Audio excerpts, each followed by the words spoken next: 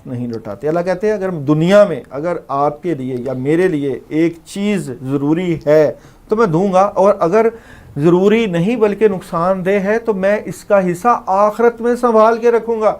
अल्लाह मांगी गई दुआओं को कभी रद्द नहीं करते, ये भूल जाइए, ये कभी दिमाग में ना रखिएगा कि हम अल्लाह से इतनी दुआएं मांगते रहते हैं, हर वक्त दुआएं मांगते रहते हैं, अल्लाह हमारी दुआएं कबूल क्यों नहीं करते। ये कंसेप्ट ही गलत है। अल्लाह ताला जिनको मांगने की तौफीक देते हैं उनकी दुआ तो कबूल हो चुकी होती है, बगैर अल्लाह की कबूलियत के कोई दुआ कर कैसे सकता है। ये तो कंसेप्ट ही गलत है। इस कंसेप्ट से तो निकलना है कि रब कहता है बार बार लौटा लौटा लौटा, और ये कंसेप्ट के हम गुनाहगार हैं, और गुनाहगारों का तो रब है ज़्यादा करीब है, नेकोकारों का तो रब को पता है कि ये तो मेरे पास आ चुके हैं। अल्लाह तो उनके लिए उम्मीद कर रहे हैं कि जो गुनाहों और फिस्को फजूर में फंसे हुए हैं, जो इस मुबारक रमज़ान की घड़ियों में भी रब के करीब नहीं है और रब के इश्क में नहीं है, तो रब कहता है बंदे, ए बंदे लौट आ मेरी तरफ, क्योंकि मैं तुझसे 70 माहों से ज़्यादा प्यार करता हूँ, क्योंकि मैं चाहता हूँ तुझे जहन्नम की आग से बचाऊँ, मैं चाहता हूँ तुझे आग से बचाऊँ। रब कहता है बंदे को, मैं चाहता हूँ कि तू जो है वो मेरा हो जा, क्यों कि मैं ये कायनात, ये जो मेरा, क्योंकि नायब बनाकर भेजा, इन्नी जाइलुन फिल अर्ज़ा खलीफा, के इंसान को अल्लाह ताला ने अपना नायब बनाकर भेजा, तो नायब का हक बनता है उसके इश्क में, उसकी मोहब्बत में, उसके अरफान में डूबा रहे और हर वक्त उसकी तस्बीह तारीफ़ में लगा रहे, और उसकी तस्बीह और तारीफ़ जो है बंदे को न सिर्फ दुनिया में बल्कि आखिरत में भी कामयाबियों की मनाज़िल तय करवाती है। आमना खालिद हमारे साथ मौजूद हैं, जो कि बालों की स्टाइल की बड़ी एक्सपर्ट मानी जाती हैं, ना सिर्फ कनाडा से तालीम याफ्ता बल्कि पाकिस्तान में भी अपने हुनर का जो है वो जादू जगाने के लिए मौजूद हैं, और बहुत बड़ा सेटअप लगाना चाहती हैं कि उन बालों की हिफाजत कैसी की जाए, बाल लंबे कैसे किए जाए और बालों की केयर कैसे की जाए। तो आमना, आप अपने बालों से मुतमिन हैं? नहीं। क्यों, ये क्या? अच्छा, मैं बहुत सारी रेमेडीज करती हूँ, लेकिन क्योंकि मैं बहुत ज़्यादा हीट ट्रीटमेंट्स करती रहती हूँ तो वो फिर डैमेज हो जाते हैं है? लेकिन मैं केयर करती हूँ। अच्छा अच्छा, क्योंकि क्या ये समझते हैं कि एक बंदा जिसको कोई मसला हो, मिसाल के तौर पे एक बंदे को बालों का मसला है तो बालों के ऊपर रिसर्च करता रहा, इतनी रिसर्च इकट्ठी हो गई तो वो उसका माहर बन गया। हाँ। इसी तरह एक बंदे को हड्डियों का मसला है, हड्डियों के बारे में इतनी रिसर्च करता रहा कि क्यों वीक है, डॉक्टर बन गया। एक बंदे का आई साइट का मसला है तो वो आई साइट पे इतनी रिसर्च करता रहा हाँ। तो वो उसका एक्सपर्ट बन गया। और किसी को हार्ट का मसला है, हार्ट के ऊपर इतनी आपके समय ऐसे ही होता है। ये इंटरेस्ट की भी बात होती है। मैं ठीक है, मैं बहुत ज़्यादा ट्रीटमेंट्स करती हूँ, लेकिन मैं केयर भी करती हूँ। अच्छा। मैं बहुत ज़्यादा ऑयलिंग करती हूँ, रेमेडीज करती हूँ, मैं मास्क लगाती हूँ। अच्छा। तो आई फील कि आपको साथ साथ केयर करनी चाहिए। हाँ। अच्छा, कनाडा के पानी में बहुत ज़्यादा मसला है। आप कह रहे हैं पाकिस्तान में हेयर फॉल होता है, वहाँ तो बहुत ज़्यादा होता है। अच्छा। वहाँ बहुत ज़्यादा है, हमें ज़रा सूट नहीं करता। उसमें आई थिंक क्लोरीन बहुत ज़्यादा होती है, तो वो स्किन के लिए और बालों के लिए कोई इतना अच्छा नहीं होता। शैम्पू में भी तो क्लोरीन धक्के से हम यूज करते हैं, लेकिन वहाँ का पानी इतना अच्छा नहीं है। सोडियम क्लोराइड जो होता है वो शैम्पू में मौजूद होता है धक्के से कमाल का। और प्लस ये कि केमिकल इतने होते हैं, ये सारे जो फार्मूले बने हुए हैं इसमें क्लोरीन तो कमाल की हम खुद डालते हैं। बिल्कुल, लेकिन मैंने देखा है कि यहाँ पे फिर भी हेयर, बाल और स्किन बहुत बेटर है। हाँ। अब देखिए मैं वहाँ, वो लोग नरम नाजुक खुराकें खाते हैं, ये जरा सख्त किस्म का मौसम रफ एंड टफ है ना, तो उसकी वजह से वो हवा टफ है, लेकिन अच्छी है यहाँ चार पे। मौसम exactly, है। बाल भी अभी गर्मी आएगी हाँ। तो बिजली बंद होगी तो वैसे स्किन मजबूत हो जाती है, क्योंकि स्वेटिंग से आपके अंदर के वो सारा, और उधर तो वैसे ही मेरे ख्याल में ठंड रहती है बहुत ज्यादा। तो वो वेदर को इतना बिल्कुल भी नहीं अच्छा है एक्चुअली। क्योंकि वहाँ पे 7-8 महीने माइनस में टेम्परेचर और बहुत ज्यादा ठंड होती है, तब आप पाकिस्तान को बहुत मिस करते हैं। पाकिस्तान तो मिस होगा, क्योंकि पाकिस्तान को अल्लाह ताला ने 4 मौसम, इतने ज़्यादा फल और इतने शानदार लोग दिए हैं, और ये जो जिंदा दिलाने पाकिस्तानी हैं, हमेशा हर जगह पे अपनी पहचान आप रखते हैं। अच्छा मुझे बताएं, बाल लंबे करने का तरीका? ओके, एक ऑयल है और वो बहुत अच्छा है, अगर आप वो लगाएंगे 2 दफ़ा वीक में तो वो बहुत हेल्प करता है। हाँ। वो इस खुद तरह बनाना पड़ता है? खुद बनाना पड़ता है, ज़्यादा मुश्किल नहीं है। अच्छा। मैंने बहुत यूज़ किया वो। हाँ। तो वो कोकोनट ऑयल होता है। एग्जैक्टली आप 1 कप ले लें और उसमें कुछ पीस अनियन के और मेथी दाना होता है। हाँ। मेथी वो तो दाना बहुत कड़वा होता है। वो नहीं, आपने उसको उसमें क्या करते हैं, फ्राई करना है। अच्छा, तो मेथी दाना कितना लेना है? 1 टेबलस्पून। अच्छा, 1 चम्मच जो है वो मेथी दाना ले लिया। हाँ जी। और प्याज कितना लेना है? छोटा वाला प्याज, उसको चॉप करना होता है। अच्छा, उसको पीसेस कर लिए। जी। ठीक है। और फिर 1 कप या 1.5 कप का ऑयल, कोकोनट ऑयल लेके, कोकोनट ऑयल तो लेके फिर इसको फ्राई करना होता है लाइक मीडियम फ्लेम पे, जब उसका पूरा असर निकल आता है। ठीक है। और इससे भी बहुत सारे लोगों का हेयर फॉल रुका है और बाल बहुत अच्छे हो जाते हैं। बाल अच्छे हो जाते हैं। बहुत अच्छे हो जाते हैं। अच्छा, तो ये जो इसमें से निकलेगा ऑयल या ये जो हाँ सॉरी, फार्मूला उसको स्ट्रेन करना है बाद हाँ, में, हाँ। उसको जब वो बाकी सब फेंक देना है और वो ऑयल यूज करना है। वो कितना का ऑयल निकले? एक दफा यूज करना है? एक बार नहीं, वो जैसे अब 1.5 कप है ना, तो आप उसको फ्राई करेंगे, तो वो जब 1 कप रह जाएगा, मतलब थोड़ा कम हो जाए और वो पूरी तरह से फ्राई हो जाए, वो वाला ऑयल यूज करना है। नहीं, वो कितने दिन यूज करना है? वो जितना एक दफा यूज होता है? नहीं नहीं, वो बार-बार? काफी क्वांटिटी होगी, तो वो आप जितनी देर भी चल जाए। 10 दिन 15 दिन, जब तक स्मेल ना आ जाए उसमें। अच्छा, उसमें भी स्मेल थोड़ी होती है वैसे। सारी बात है उसमें। लेकिन पर ये आपको जो पता है- देसी फार्मूले हैं, इनमें स्मेल तो होगी। एग्जैक्टली। तो अब सोचिए, मैं वहाँ रहती हूँ और मैं बहुत फैशनेबल हूँ, लेकिन मैं ये सारी रेमेडीज करती ये जो हूँ। फैशनेबल लोग हैं, ये फैशनेबल अपना सेट करने के लिए ना देसी टोटके करते हैं। हाँ, तो मैं तो ये कुछ करती हूँ। ठीक है, नहीं करते हैं लोग, समझ, ये बड़े फैशनेबल है, इनको क्या जरूरत है, ये तो क्रीमें लगाते होंगे, ये तो शैम्पू करते होंगे, और ये देसी टोटके इस्तेमाल करते हैं सारे। ये जो सेलिब्रिटी आप देखते हैं ना, इनसे पूछ लो, लंबी लंबी लिस्टें देसी नुस्खों की। अच्छा, और बताएं देसी नुस्खे। मैं वो जो प्रोडक्ट्स है वो भी बड़ा यूज करती हूँ, मास्क वगैरह भी, लेकिन मैं ये रेमेडीज भी मगर करती आपको हूँ। पता है उनसे साइड इफेक्ट? मैं दोनों चीजें साथ साथ चलाती हूँ। मैं अच्छा। पाकिस्तानी भी रहती हूँ, मैं कनेडियन भी बन जाती हूँ। अच्छा अच्छा।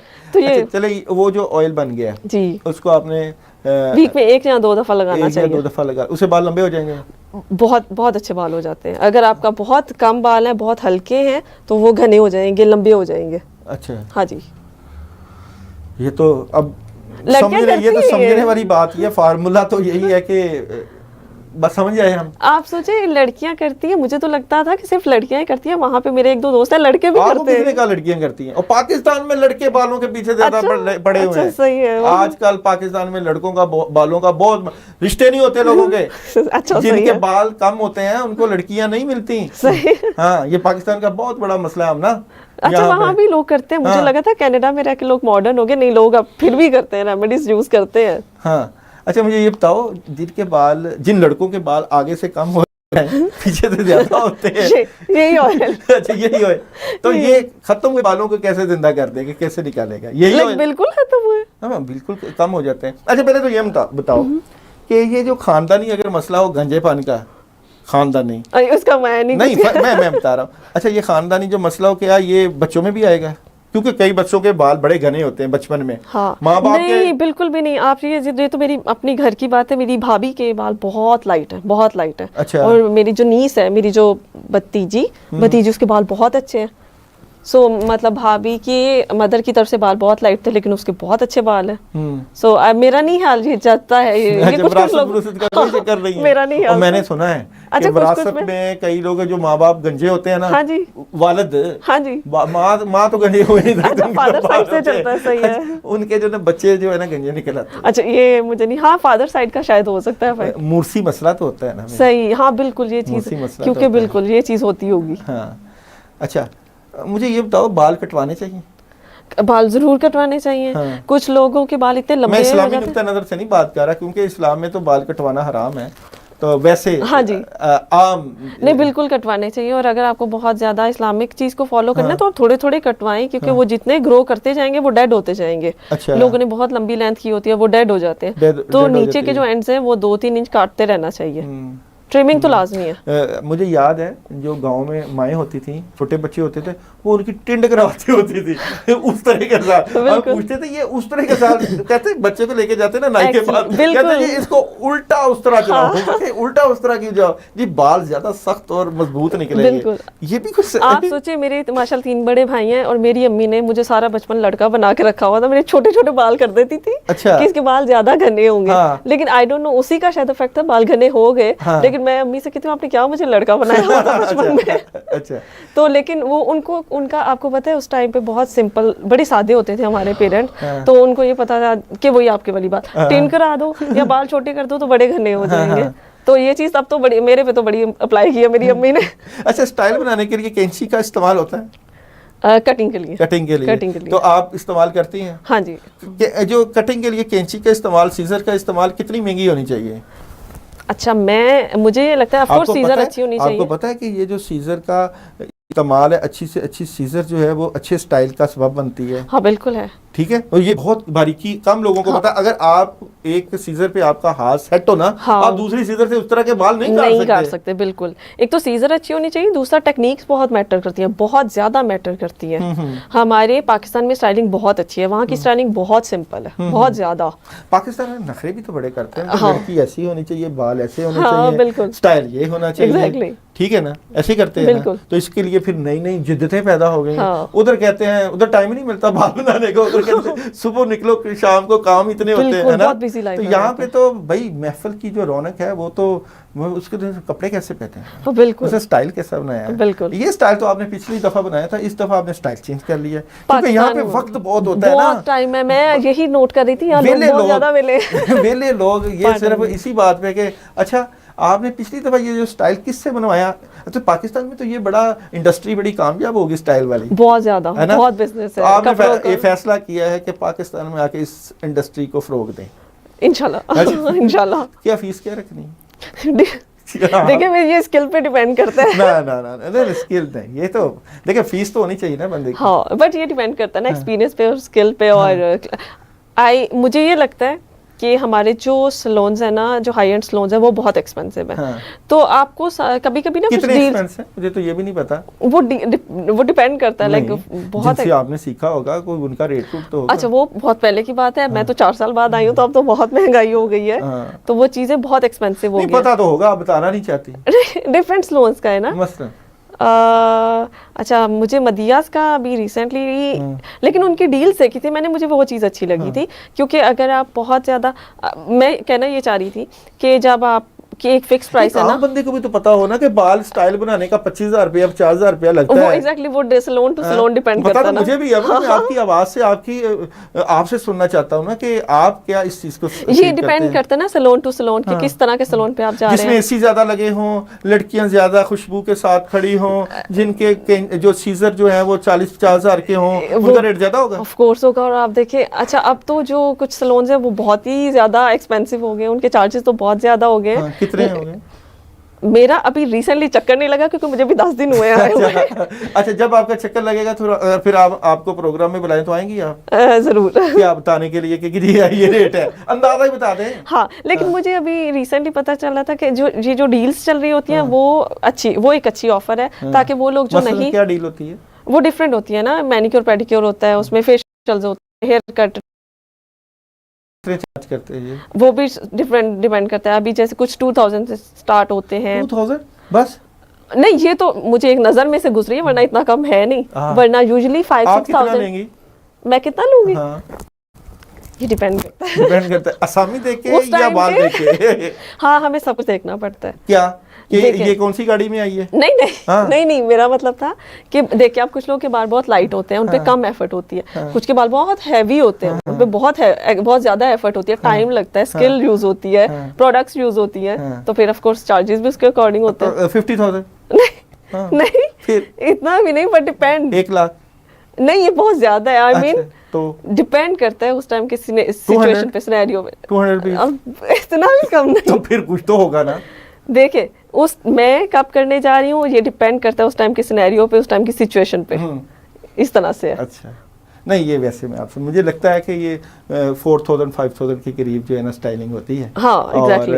अभी करंट एरा में करंट है। मुझे पता आप अपना रेट नहीं अभी बताना चाहती। मुझे सारी बात है, हर बंदे का अपना पेशे के हवाले से अपना एक तरीकाकार होता है और हर बंदा हिडन रखना चाहता है अपना काम और कारोबार। सारी बात है, डॉक्टर किसी से 8 लाख रुपया भी लेता होगा उसके ऑपरेट करने का, और किसी का 1 लाख में भी कर देता होगा। खर्चा तो वही 10-20 हज़ार ही आता है। ये तो हमने रेट बनाए होते हैं। अच्छा यार अली यार जी सर, कमाल की नात सुनाओ, पता चले कि यार रमज़ान ट्रांसमिशन में जो है ना एक ऐसा समा बन गया है। मुख्तसर सुनाना और कमाल की सुनाओ। वैसे मैं आपको बताऊँ नात होती ही सारी कमाल की हैं। नबी करीम सल्लल्लाहु अलैहि वसल्लम की जो तारीफ़ है, चाहे आप तर्ज में कर लो, चाहे अल्फाज में कर लो, जैसे मर्जी कर लो, अल्लाह को बड़ी पसंद है। तो हर नात ही बाकमाल होती है और ये बाकमाल लोगों का काम है। नात रसूल मकबूल सल्लल्लाहु अलैहि वसल्लम। दुरूद ताहिरे सिदरा हुजूर जानते हैं हुदूदे तायरे सिदरा हुजूर जानते हैं कहाँ है शे मुवल्ला कहाँ है अर्शे मुवल्ला हुजूर सुभान अल्लाह, सुभान अल्लाह, सुभान जानते हैं खुदा ने इसलिए कासिम उन्हें बनाया है खुदा ने इसलिए कासिम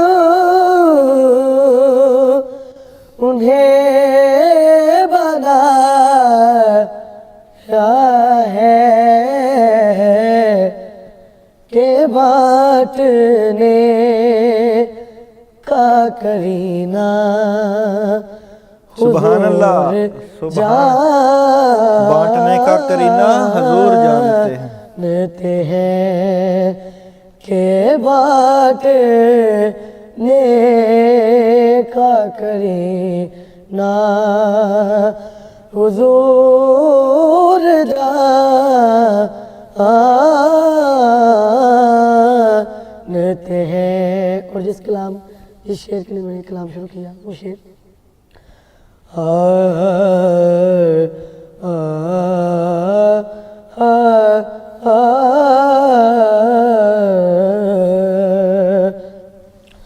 बरोज़े हश्र शिफात करेंगे चुन चुन के बरोज़े हश्र शिफात करेंगे चुन चुन के हर एक गुलाम का चेहरा हुजूर जान के मुझ गुलाम का चेहरा हुजूर जानते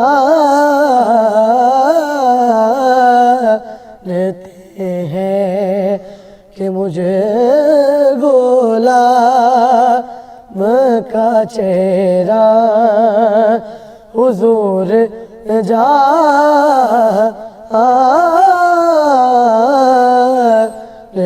हैं हुदूदे तायरे सिदरा हुजूर जानते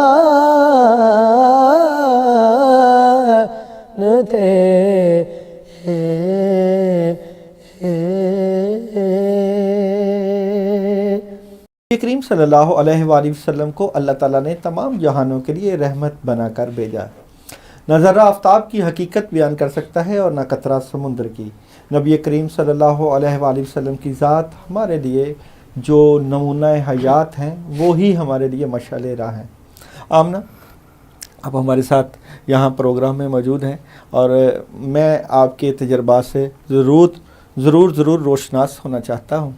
आप मुझे बताएं कि पाकिस्तान में ये जो स्टाइलिंग का काम है, अगर कोई आम इंसान या आम बंदा सीखना चाहे और सीख के इसको अपने कारोबार का हिस्सा बनाना चाहे तो उसको किन किन मुश्किलात का सामना करना पड़ सकता है?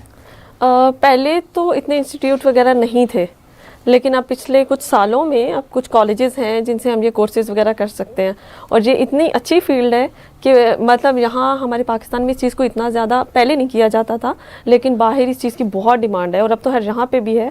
लेकिन आपको उन कॉलेजेस के से, और बहुत सारे सैलून्स भी हैं जो कोर्सेज और ट्रेनिंग प्रोग्राम्स ऑफर करते हैं। तो पहले वो जो इतनी रिसोर्सेज नहीं थे, इतनी अपॉर्चुनिटीज़ नहीं थी, अब हैं, और ये बहुत अच्छी बात है। और अगर किसी को, जैसे मुझे बहुत ज़्यादा क्रेज़ है इस प्रोफेशन का, तो अब मैं सोचती हूँ कि चलो अब बहुत ज़्यादा ऑप्शंस है मेरे पास मज़ीद लर्निंग की, और अगर कोई जाना चाहता है तो it's a very very good field. कोई ऐसा अदारा रिसेंटली मैंने आपको बताया ना, अगर लाहौर में कोई करना चाहे? मैं आपको वही बता रही हूँ ना कि मैं अभी अभी वापस आई हूँ, सो मेरे अभी सर्च करना है, मुझे अभी करंट नॉलेज जहाँ का नहीं है, मुझे कनाडा के कॉलेजेस का पता है कि क्योंकि वहाँ मैं सारा सर्च करके आई थी कि मैं कहाँ से कोर्स करने वाली हूँ। यहाँ चूँकि अगर मैं रुकूंगी तो मुझे सर्च करना पड़ेगा, अगर मैं वहाँ जाती हूँ तो मैं वहाँ का कोर्स स्टार्ट करूँगी। बट मुझे मेरी कुछ टाइम पहले मैंने सर्च की थी, और यहाँ कुछ कॉलेजेस हैं, सैलून्स भी हैं जो बहुत अच्छी ट्रेनिंग। अगर हम यूट्यूब वगैरह को यूज़ करें तो फिर भी हम स्टाइलिंग सीख सकते हैं? मैंने जब बहुत साल पहले, मैं जब बहुत छोटी थी, तो मैंने बहुत सारी चीज़ें सेल्फ लर्निंग में ऐसे ही सीखी हैं, वीडियो से। और ये डिपेंड करता है ना आपका इंटरेस्ट कितना है, और मुझे शायद इतना ज़्यादा सीखना पड़ा नहीं है क्योंकि मेरी पिक अच्छी थी, मैं खुद बहुत प्रैक्टिस करती रहती थी। टेक्सटाइल डिजाइनिंग में क्यों चले गए, ये क्या हो गया? एक्चुअली मुझे जब हम बहुत छोटे होते हैं ना, करने आपको कपड़े चाहिए थे डिजाइन, Actually, आपने डिजाइनिंग बाल शुरू कर दिए। हाँ, ये क्या चक्कर वो है? जब बहुत छोटे होते हैं ना, जब आपको ड्राइंग करना आता है, हाँ। तो मेरी ड्राइंग और स्केचिंग बहुत अच्छी थी, और मेरी अच्छा। डिजाइनिंग बहुत अच्छी थी। अच्छा। आप अभी भी देखें, मैं मेरी यूनिवर्सिटी में भी अच्छी पोजीशंस रही हैं, सारा कुछ, और मेरा पेपर वर्क जो डिजाइन वर्क है बहुत स्ट्रॉन्ग है। अच्छा। तो मुझे सब ये कहते हैं तुम्हारा डिजाइन इतना अच्छा था, तुमने उसका कंटिन्यू नहीं पाकिस्तान किया। में कहाँ से क्वालिफिकेशन हासिल की? मेरी पंजाब यूनिवर्सिटी से। पंजाब यूनिवर्सिटी से? जी, ये ओल्ड कैंपस में इसका डिपार्टमेंट है, फाइनेंस अच्छा, तो डिपार्टमेंट। आप टेक्सटाइल में जॉब करती तो अच्छे पैसे मिल सकते थे। आई थिंक मेरा उसमें इंटरेस्ट खत्म हो गया था। ये क्या बात और हुई? मेरा स्टाइलिंग में इंटरेस्ट शुरू से था, हाँ। लेकिन उसमें प्रॉपर डिग्री के बाद आप समझे, शुरू में शायद आप इतना क्लियर नहीं होते कि आपको किस फील्ड में जाना है, लेकिन टेक्सटाइल के फौरन बाद मुझे था कि नहीं, मुझे मेकअप और हेयर स्टाइलिंग में जाना है। अच्छा। और मैं इस फील्ड को बहुत इंजॉय करती हूँ। एंजॉय करती हैं? बिल्कुल। अच्छा, अब वहाँ पे जब आप जॉब कर रही हैं तो कितनी पे ले लेती हैं? ये मैं आपको वही कह रही हूँ, ये डिपेंड करता है आपके एक्सपीरियंस पे, जहाँ आप काम करते हैं उस पे, जिस तरह की क्लास आती है उस पे, बहुत सारी चीज़ें मैटर करती हैं। अगर आपको यहाँ पे जॉब पे रखा जाए तो कितनी पे लेंगी? मैं आपको एग्जैक्टली नहीं बता सकती। ये देखना पड़ता है ना। आप वहाँ की नहीं ना बात करें, हम यहाँ पे। यहाँ पे भी तो देखना पड़ता है ना। आप वही आपकी सैलून क्या किस डिमांड तरह है? मेरी क्या डिमांड है? हाँ। मैं सब कुछ देखूंगी कि सैलून कैसा है, वहाँ की क्लास बहुत कैसी है, top वहाँ का पे सैलून काम है। कैसा है। बहुत टॉप का सैलून है। अच्छा, मैं आपको एग्जैक्टली नहीं बता सकती, मुझे बहुत सारी चीजें कंसीडर करनी पड़ती है उसमें। हाँ, नहीं आप कर रहे So I हैं, cannot give you an आप accurate कंसीडर amount. कर लें। हमारे पास क्योंकि ऐसे बंदे मौजूद हैं, ऐसे जो है ब्यूटी पार्लर मौजूद हैं जो आपकी स्किल के ऊपर बहुत नज़र रख के बैठे हुए हैं, क्योंकि ये जो प्लेटफॉर्म है ये ऐसे बंदों को ढूंढता है कि जो स्किल वाले हों उनको उठा लिया जाए और उनसे काम लिया जाए। तो आपने कितनी पे लेनी है? मैं आपको वही बता रही हूँ, मैं यहाँ ऑन एयर बैठ के टीवी पे नहीं बता सकती, मुझे डिपेंड करता है मैं उन जो मुझे ऑफर कर रहे हैं उनका सैलून, वहाँ का काम, मेरी स्किल, एक्सपीरियंस, हर चीज़ मैटर करती है। तो बहुत सारे फैक्टर्स को कंसीडर करके फिर वो चीज़ डिसाइड होती है। बहुत सारे चीज़ों को कंसीडर करके इस चीज़ का जो है फैसला होता है कि हमने कितनी पे लेनी है। बेसिकली ये एक जो इस स्टाइल की दुनिया में आना चाहता है उसकी ख्वाहिश होती है कि मैं अगर सीखूंगी या सीखूंगा तो मैं कितना अर्न कर सकता हूँ। ये ना हो कि मैं अपनी मेहनत भी करूँ और मुझे वो अर्न ना मिले, वो कमाई ना मिले जिससे मैं अपना गुजर बसर अच्छे तरीके से कर सकूँ। ख्वाहिश होती है, हर बंदा ये ख्वाहिश करता है कि वो ज़्यादा से ज़्यादा कमाए और ज़्यादा से ज़्यादा ज़िंदगी में कामयाबियाँ हासिल करे। आमना खालिद, आप हमारे इस प्लेटफॉर्म में आई और आपने इतने कमाल के मशवरे, कुछ तंदो तेज सवालात थे और उसके लिए माजरत, क्योंकि अगर हम आपसे ऐसे सवालात ना करते तो शायद आप हमें बारीकी की बातें ना बता पाती, तो ये हमारा मजबूरी होती है। इसके लिए तो पहले से माजरत, और आपका आना हमारे लिए बहुत एजाज और काम की बात है। और नहीं, आपका बहुत शुक्रिया मुझे बुलाने के लिए। और बहुत वेट करना पड़ा आपको यहाँ पे आके, इसके लिए भी माजरत। और हैदर अली यार, जो तुमने नात का जो समा बांधा उसे वाक़ईतन ही पता लगता है कि आपके दिल में इश्क़ मुस्तफ़ा कितना है। इस इश्क़ मुस्तफ़ा की वजह से शायद आपकी आने वाली नस्लें और आपका आने वाला मुस्तक़बिल बहुत दरख्शां, इसके साथ साथ अपने कैरियर पे तवज्जो दे के, अपने आप को मजबूत करके, आपकी जो नात है ना वो तब रंग लाएगी जब आप दुनियावी तौर पे भी मजबूत होंगे, क्योंकि नबी का इश्क ये कहता है, नबी का अरफान ये कहता है कि आपने अपने ऊपर कितना वक्त दिया, कितने कामयाब हुए, क्योंकि नबी का आशिक दुनिया के किसी भी शोबे में नाकाम नहीं होना चाहिए। हमारे साथ रहिएगा। साउथ एशिया ग्लोबल ट्रांसमिशन जो है वो इख्तिताम पजीर हुई है। कल इंशाल्लाह दोबारा मुलाकात करेंगे। अब तक के लिए अल्लाह हाफिज। पाकिस्तान जिंदाबाद। اللهم إني لك صمت وبك آمنت وعليك توكلت وعلى رزقك أفطرت। अय अल्लाह, मैंने तेरे लिए रोजा रखा और तुझ पर ईमान लाया और तुझ पर भरोसा किया और तेरे अदा किए हुए रिस्क से रोजा इफ्तार किया। लाहौर और उसके मज़ाफ़ात में अज़ान मगरिब का वक्त हुआ चाहता है।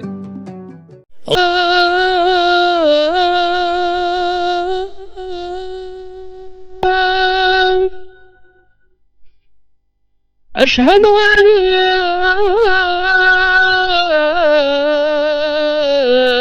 इलाहा इल्लल्लाह।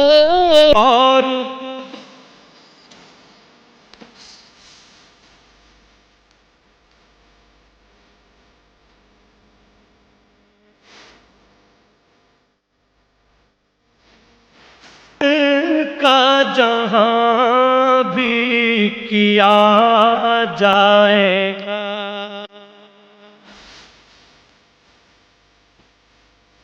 सीनों में पर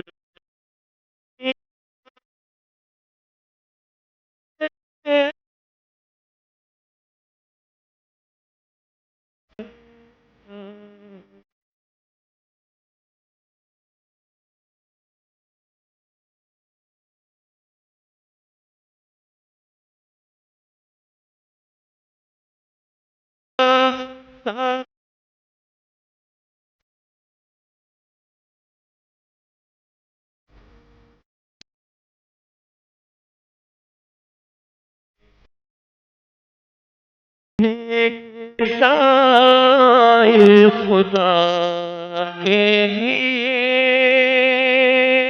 रास्ता के सफर।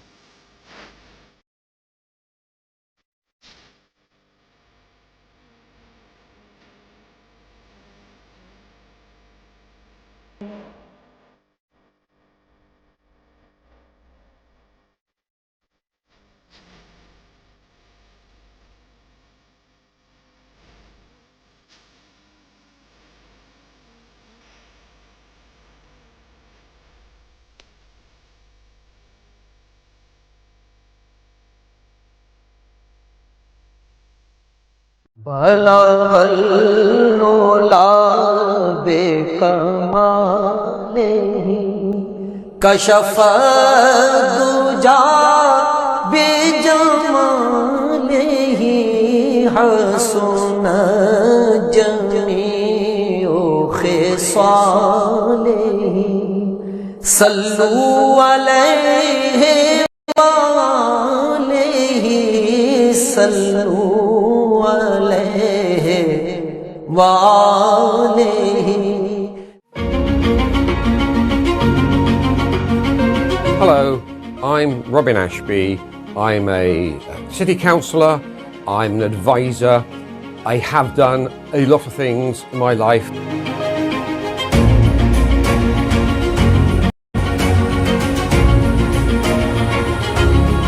Mix some hot Chileans, cool Jamaicans, Dominicans, Trinidadians and Bajans, with some Ethiopians, Chinese, Vietnamese and Sudanese.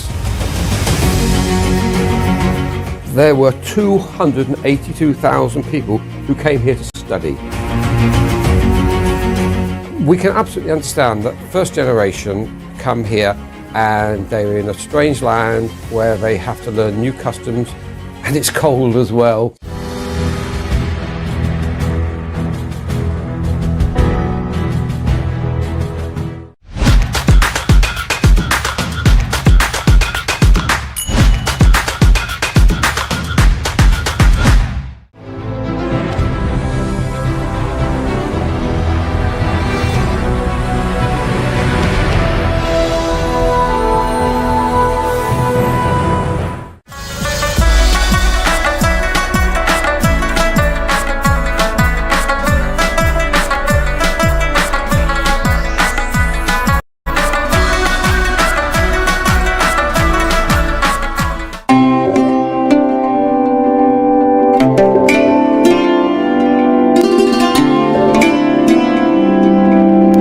मस्जिद वजीर खान शहर लाहौर में दहली दरवाज़ा, चौक रंग महल और मोची दरवाजे से तकरीबन 1 फरलांग की दूरी पर वाक़या है। ये मस्जिद नक्शो निगार में कारीगरी का मुंह बोलता सबूत है।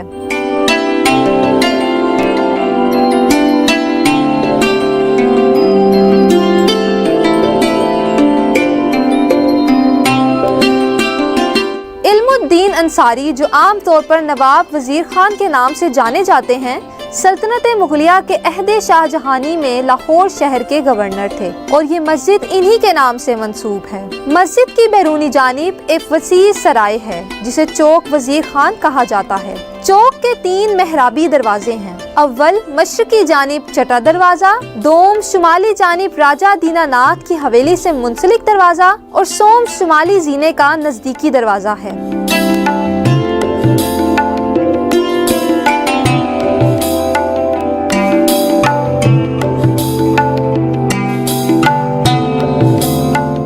मस्जिद के मीनार 160 फीट ऊंचे हैं। इस मस्जिद की तामीर दिसंबर 1641 में 7 साल की तवील मुद्दत के बाद पाया तकमील को पहुंची। मस्जिद वजीर खान मुगलिया सल्तनत के अहद में तामीर की जाने वाली अब तक के नफीस नक्शो निगार का खूबसूरत इम्तिजाज है, जो बादशाही मस्जिद की तामीर से 32 साल कबल तकमील को पहुंची।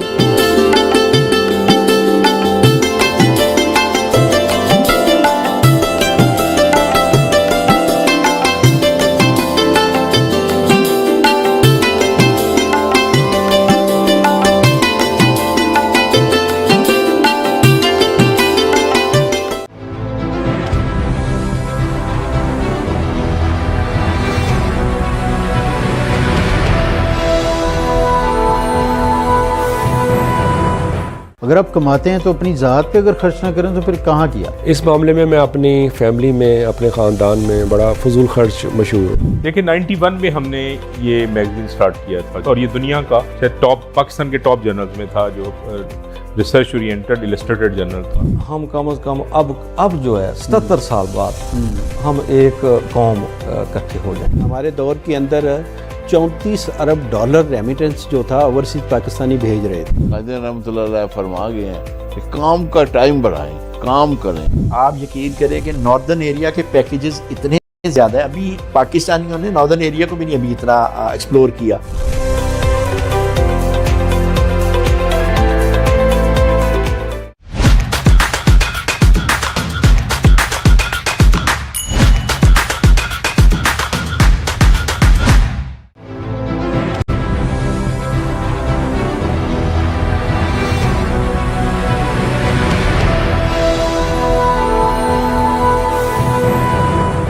ट्रस्ट है लोगों का। मुझे लगता है आप लोगों तक रसाई नहीं आपकी हो पाती। आपका मंशूर क्या है?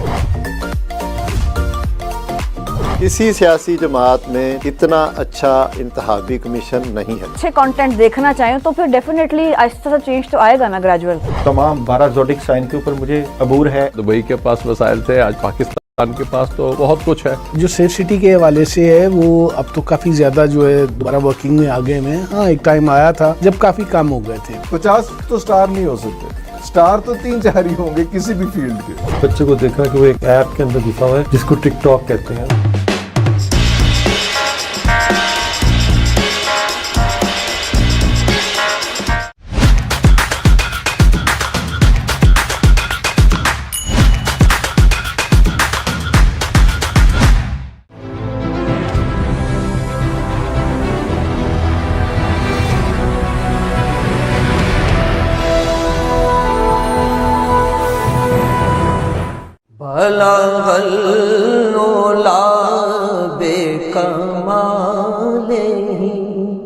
कशफ दुजा बेजमालिही हसन जमीउ खिसालिही सल्लू अलैहि वालैहि सल्लू अलैहि वालैहि। Hello and welcome to Business ABC. But the number one reason why businesses fail, whether they are starting or scaling or growing, is because of money. And when you go to them with an idea, they will always go, "Oh, great idea. Oh, vadya." The best businesses either fix something or they make them better. Where it's legal or where it's contract, take your time.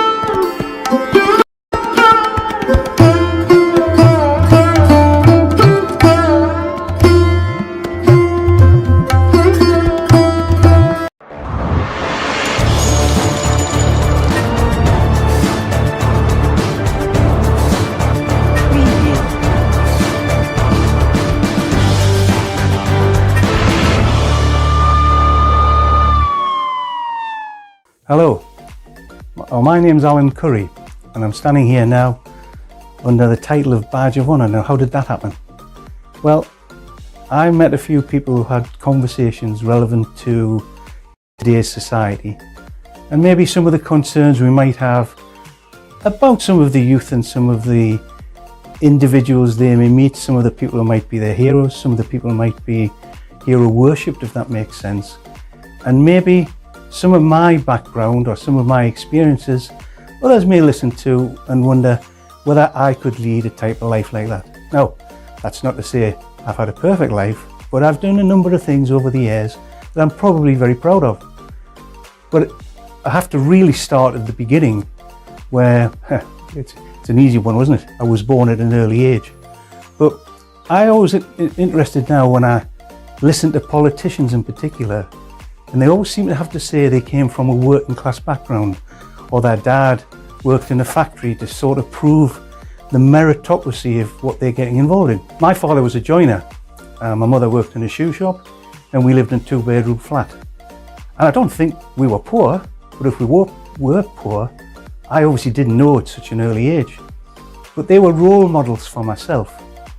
Again, I wonder today when we discuss things, whether or not we have as many role models within the family as opposed to when we did in days gone by. I say days gone by because obviously I'm, a little older than some people. But my upbringing was very easy in the sense that I was looked after, I was well fed, I was nourished, but I was also a little bit of, how can I say, a little bit off the wall in some of the things I used to get up to. I remember my mum telling me that she was in bed and knocked on the door on the flat with a neighbour saying, "Do you know where Alan is?" Well, my nana, who was a good church-going lady, lived around the corner from us. It would appear that at 3 years of age, I climbed out the window at 10 o'clock at night and walked around with my nana's. We were the only flat in the location that had locks on the outside of the window to keep me in. Now, whether that was a good start for how I was going to make progress in my career or other things, it did appear that I had the element of thinking outside the box, even at 3 or 4 of those type of things.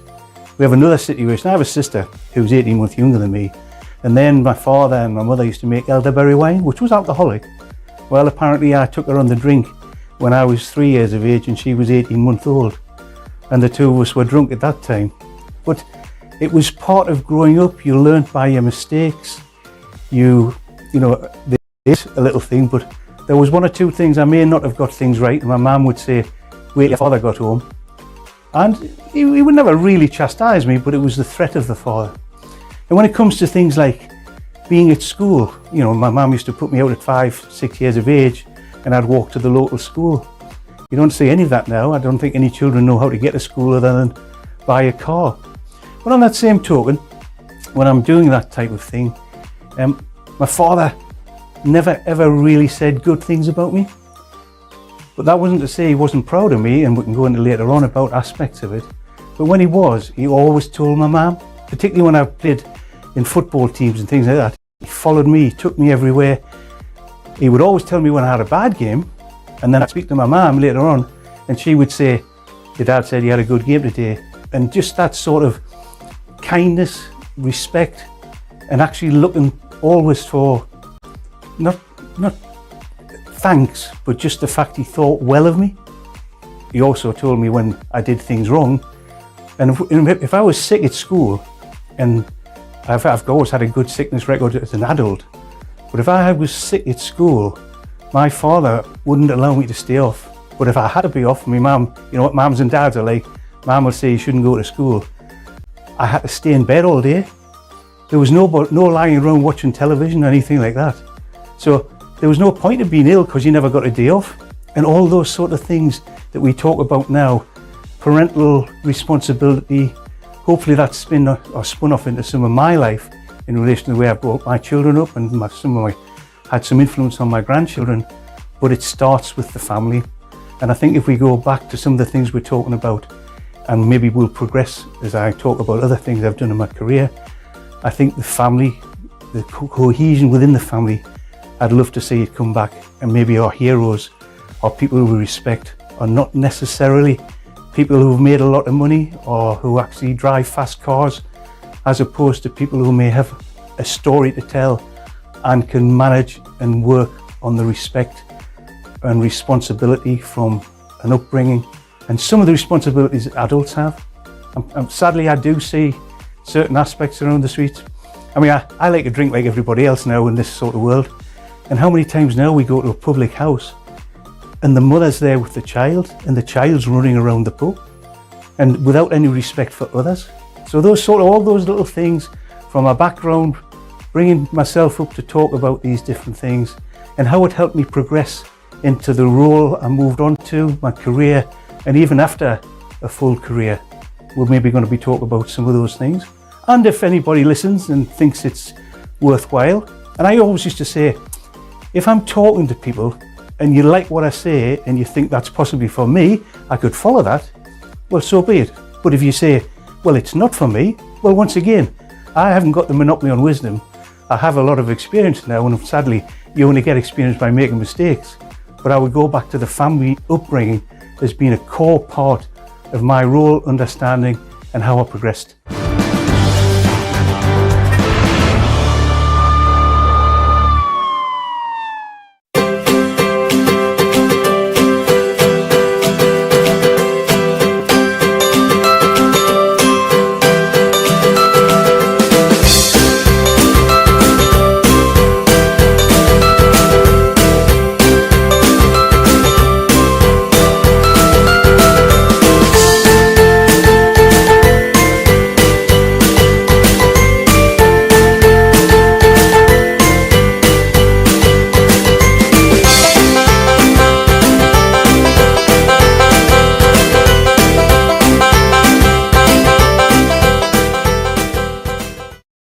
Hello, Dr. Anand here to tell you about unleashing your inner power.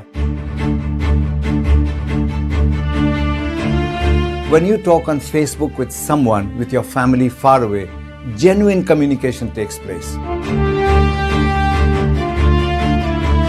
Just look after yourself and grow in power and grow in finance and grow in status.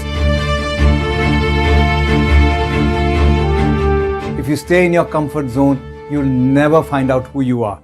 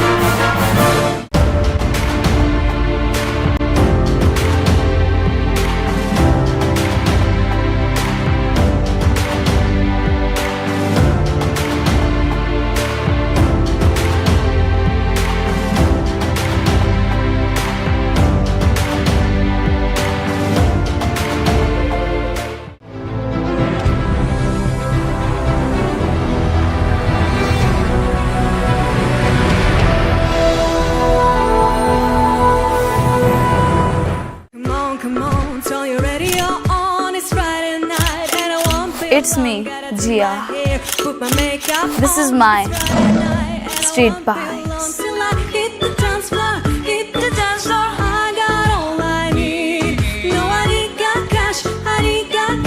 But I got you, baby. Baby, I don't need dollar bills to have fun tonight.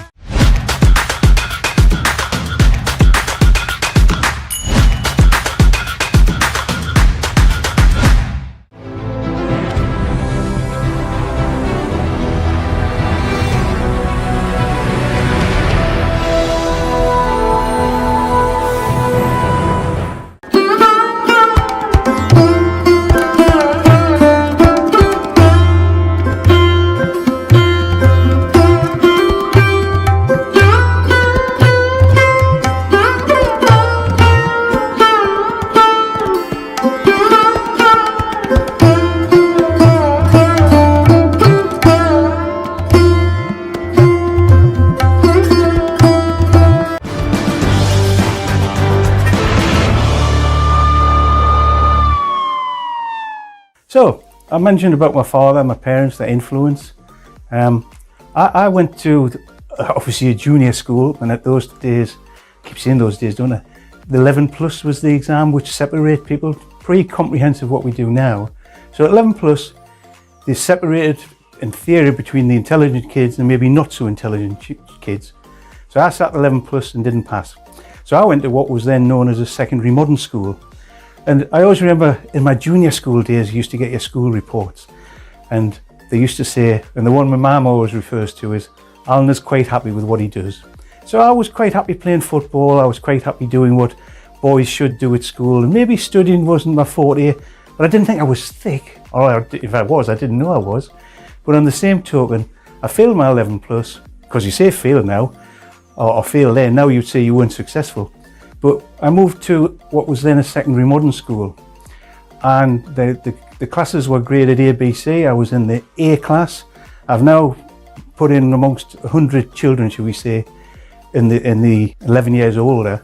And my birthday is the 27th of August, so I was always the youngest in the class, with the way the classes were set out. And I went through the first year, and I was the top student out of those 100. So I'm a failure at one school, and I'm the most successful student at 11 years of age.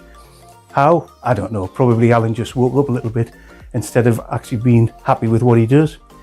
And at those days, again, you could then sit what they call the 13 plus. And if you passed that, you moved to a grammar school because you were showing a bit of potential. Well, I still like to play football. I enjoyed what I was doing. I was with my mates. So the next year I wasn't the top student. Now that might just be laziness. It might just be the fact I might have been a little bit more cuter the way I wanted to operate, but I enjoyed where I was. And on reflection, it was a good decision of mine, even at 12 years of age, because the rest put me in store to how I progressed through. So I then ended up, and one of the best things that happened to me, I think, was having the ability to play for the local football team, the school team. Because when you play with teams and you're bonding with individuals, there's two parts happening to it. You get a bit of status within your peers because of the fact you're a member of the team. And we were quite successful, and you travelled with your friends and you did whatever. So around those sort of times, you would be getting more kudos than maybe you would if you were just a member of the gang. So I was, I've got to go back, as I'm going to talk about things, and I bring my parental responsibility in. Little sayings my dad always said. And so when you hear me talk about things I've done, he always used to say, self-praise is no recommendation. So when I'm talking like this, and I'm talking about me, and hopefully I'm saying some nice things about myself, there's a couple of bad ones I'm sure as well, but on the same token, just remember, self-praise is no recommendation. It's for you, the viewer, to make your mind up whether what I say has some merit, it's interesting, if it can be, and how you view it yourself. So I'm in the football team. Living in the northeast, the key leaving at school at 15, which you could, I actually stopped on the following year till I was 16. But most people, I left school in 1972. I know as you look at me here, that seems a long way away with such a young looking face, but we'll carry on about that at a later date. But on the same token, in 1972, most people left school and went into an apprenticeship or they worked at the ministry. And I didn't think that was for me. I didn't like the idea of sitting behind a desk. I wanted to be active, and I wasn't sure about an apprenticeship either. So there was a thing called the police cadets. Now, the police cadets, police officers in the mid-70s were not well paid. Most people went into apprenticeships, and once they'd done an apprenticeship, they didn't leave the different trades to join the police.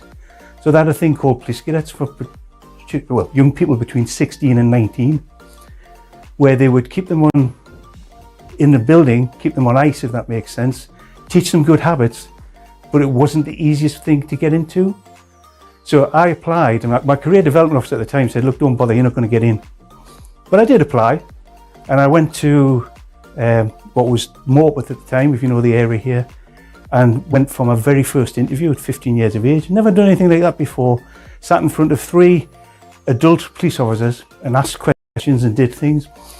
And some of the things I also did for my self-fulfillment was, I had 2 paper rounds, I played in a football team, I used to go out once a week to collect charity pool money to get little bits of extra pocket money to help myself for the youth club and all the rest of it. So when I'm doing this interview, I'm able to tell people what I'm doing, which is, I suspect at the time, was out of the ordinary, as I was trying to develop and create and be a better person for myself. And I know now, because I've seen the actual application form, and they viewed me, and they've always put at the bottom the comment, and it said,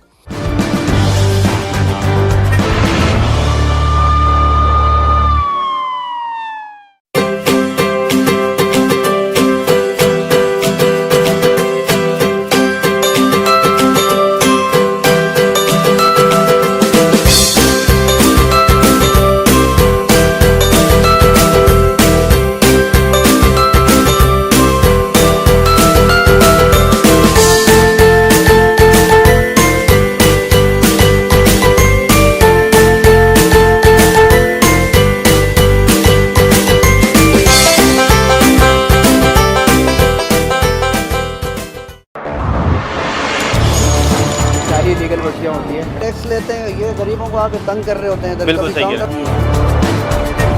अब हटेगा corruption से पर्दा, लुटेरों का होगा बुरा हाल, हम पहुंचाएंगे आपकी आवाज हुक्मरानों के ऐवानों तक। देखिए प्रोग्राम सिर्फ सच साउथ एशिया ग्लोबल टीवी पर।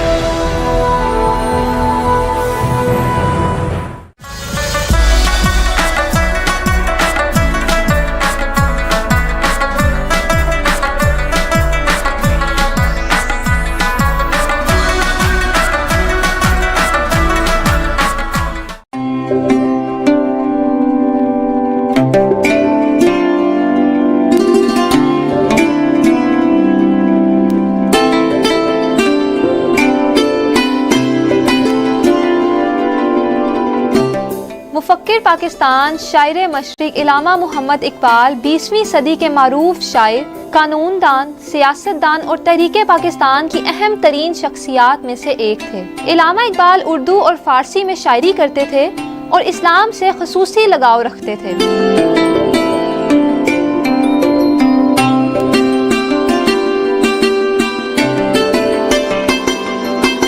इनकी वफ़ात 21 अप्रैल 1938 को जावेद मंजिल में हुई थी। मज़ार इकबाल की सादा सी इमारत मुस्तकील शक्ल की है। इसका एक दरवाज़ा मशरिक और दूसरा जनूब की सिमत में है। मज़ार इकबाल पर सफ़ेद मार्बल भी लगा है। मज़ार की दीवारों पर इकबाल की किताब ज़बूर अजम से लिए गए इशार कुंदा हैं और इसके अलावा कुरानी आयात की कैलीग्राफी भी की गई है। मज़ार इकबाल के बाहर सरसब्ज़ टुकड़ियों में मुनक़सिम बाग भी है जो बहुत दिलकश और खूबसूरत है।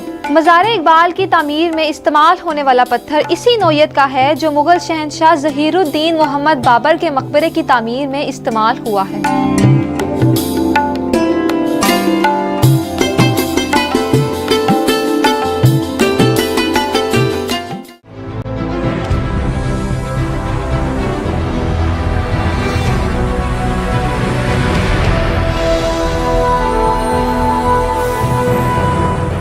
Hi, I'm Uma Malhotra and I welcome you to my show, Glow and Beyond with Uma Malhotra. Why should I get that facial? Why should I go for a Repicharge facial then an O3 facial? We do the research for you. So we make sure we give you the best. For example, you got fat lash. A client was allergic to fat lash, so I did a London lash patch test on her. She was absolutely fine with London lash. So I used the London lash.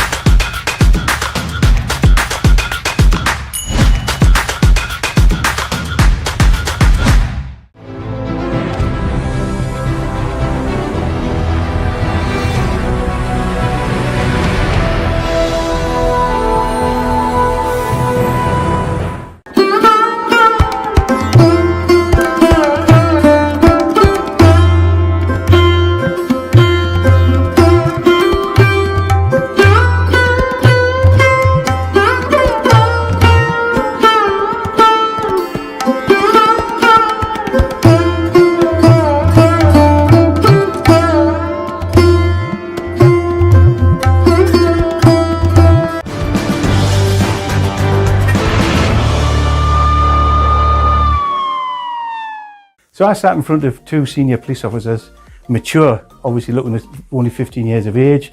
They asked me questions, I hopefully answered them in an assertive but not cocky way. They must have seen something in me, but I've actually seen the application form, and it's not like today's recruitment, and it's got on the bottom of the form, will always give of his best, he's young enough, will never top the bill, worth a try. Now can you imagine that sort of introduction to a role, which actually wasn't the greatest sort of compliment, but I put it in perspective. I was one of 316 people who applied for 16 jobs, and I got one of them. So as a consequence, I'm now being accepted to be a police cadet. I'm just before my 16th birthday, and I go to a location known as Akeley Heads, where there's 120 cadets, male and female, in what really was a little bit of a boys' army situation. I was taught good habits. I was actually taught how to look after myself. I was taught how to keep fit. I was take care of myself, but also respect people, to understand discipline. The lights went out at 11 o'clock, curfew every night. And I suppose part I've maybe missed is here, what was my early influences to join the police? Well, if you're going to look back, and sadly on YouTube or whatever, if you follow that, you'll see some clips of two police shows at the time. One was Z-Cars and one was Dixon a Dog Green. And if you ever look at those in black and white, I actually thought that looks as if it's interesting. And on the same token, it looked as if I wouldn't be sitting behind a desk. Notwithstanding, we can talk about paperwork and things like that at a later date. And the other side, which was even then in me, people joined the police to be a help and source of respect and assistance to the community. So you actually did want to help people, and I'm sure we'll get in the opportunity where a number of times I've helped people, a number of times I may not have been thanked for it, but that didn't put you off doing it. So when I'm now at Akeley Heads, I spent 2 years there, and I was the youngest on the school again. I'm the youngest wherever I've gone. I'm probably still one of the youngest that's going to be on one of these films. We can talk about that again later on, but on the same token, so I'm now amongst bigger boys and girls, 18 and a half. In fairness, there was an element of, how can I put it, physical activity that was sometimes a little bit rough and coarse, but it didn't do any harm. I actually broke my leg when I was there playing football, and I was on crutches for 14 weeks. We had a PTI at the time who was, we loved him to death. But I went in to say, I'm sorry, Mr. Wardle, that's what they called him, I've broke my leg. He made me sit in the corner and do sit-ups for an hour. I wasn't allowed anything off. So, I've talked about my dad wouldn't let us be off. And now even in the world I'm now frequenting, the discipline was there. Just because you've got a broken leg doesn't mean to say you can't participate. And it was real character building. You took everything on the chin, you sort of learned, and then of course, you learned how to deal with adversity and the consequence of adversity. And from being a police cadet for 2 years, I didn't learn about the law, I just learned how to look after myself, discipline, how to maybe, as I said, deal with adversity. Not everything was right. Sometimes I hated it. I definitely hated the first year being away from home, but I wasn't going to give in. And I just thought, this is not going to beat me. And that turned me moving forward. So that takes me up to 18 and a half, 19 years of age. I've now joined the police. Hopefully what you've listened to on this episode takes you to that stage. The next episode will take us into the beginning of 32 years career in the police service of Northumbria.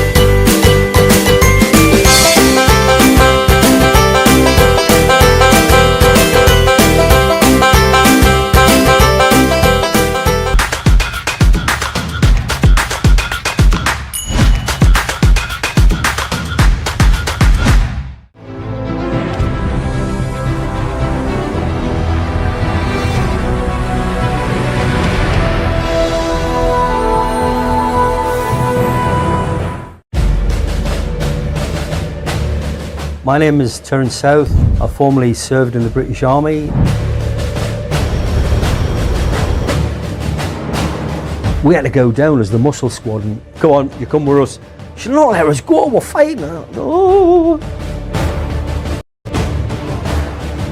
I could communicate, I had all the skills for the wirelesses, the radios. I could do that was no problem. I could do that blindfold. Second World War, understood where you were and what you were doing, where your head was.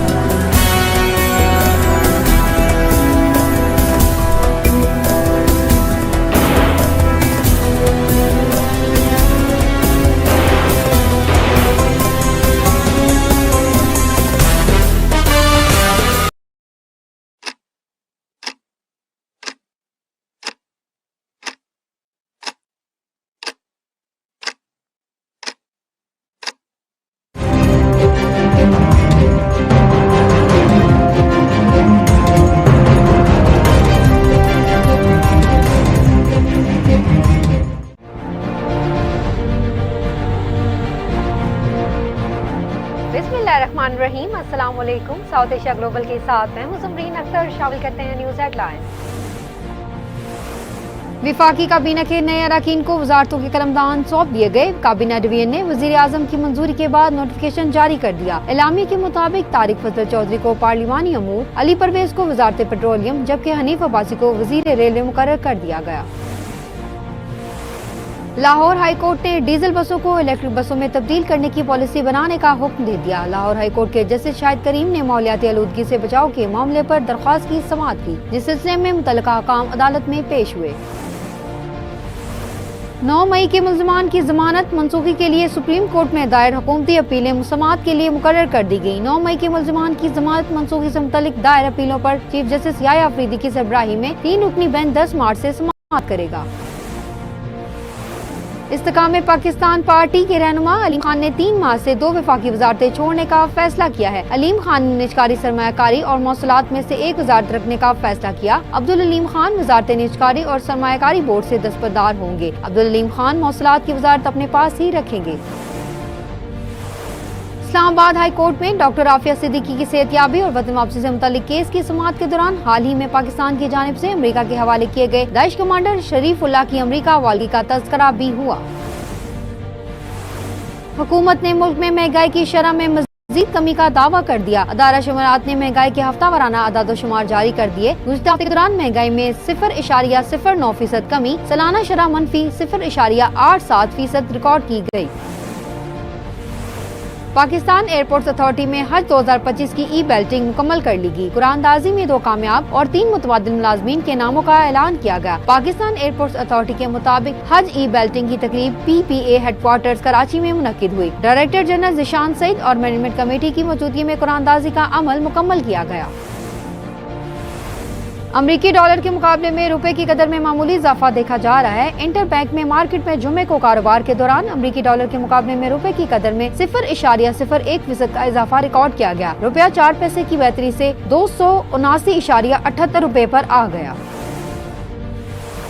अमन के Nobel इनाम याफ्ता 2025 के लिए अमरीकी सदर Donald Trump और pope France समेत 300 से ज्यादा को नामजद किया गया। गैर मुल्की खबर एजेंसी के मुताबिक साल 2025 के अमन के नोबेल इनाम के दुनिया भर से 344 नामजदगियां की गयी। अमरीकी महकमा खारजा ने कई ममालिक में सिफारती मिशन बंद करने का मंसूबा बना लिया। अमरीकी मीडिया के मुताबिक मौसम गर्मा तक कई ममालिक में कौंसल खाने बंद करने का मंसूबा बना लिया गया है, जिसके तहत मुख्तलिफ ममालिक में तैनात कई मकामी मुलाजमीन को फारिग करने की तैयारी है। अमरीकी सदर डोनाल्ड ट्रंप ने कहा है कि वो अगले 1-1.5 माह में 1 ट्रिलियन की बिजनेस डील के लिए सऊदी अरब का दौरा करेंगे। व्हाइट हाउस में सहाफियों से गुफ्तगू करते हुए सदर डोनाल्ड ट्रंप का कहना था कि सऊदी अरब से कहा है कि अमरीकी कंपनियों में $1 ट्रिलियन 1000 अरब डॉलर सरमायाकारी करेंगे तो मैं आऊँगा। चैंपियंस ट्रॉफी के फाइनल से कबल न्यूजीलैंड टीम को बड़ा धचका लग गया। न्यूजीलैंड टीम को भारत के खिलाफ फाइनल से पहले arm fast bowler Matt Henry की इंजरी का सामना है, जिसकी वजह से ग्रुप स्टेज के मैच में भारत के खिलाफ 5 विकेट लेने वाले मैट हेनरी की फाइनल में शिरकत मशकूक हो गई। और इंटरनेशनल क्रिकेट काउंसिल ICC ने प्लेयर ऑफ द मंथ की नामजदगियों का ऐलान कर दिया। ICC के ऐलान के मुताबिक प्लेयर ऑफ द मंथ की नामजदगियों के लिए ऑस्ट्रेलिया के स्टीव स्मिथ, भारत के शमन गिल और न्यूजीलैंड के ग्लेब फिलिप्स को नामजद किया गया। न्यूज स्टूडियो से फिल वक्त इतना ही। मजीद खबरों, तफसीलात और अपडेट्स के लिए देखते रहिए साउथ एशिया ग्लोबल और विजिट कीजिए हमारी website SAT.TV।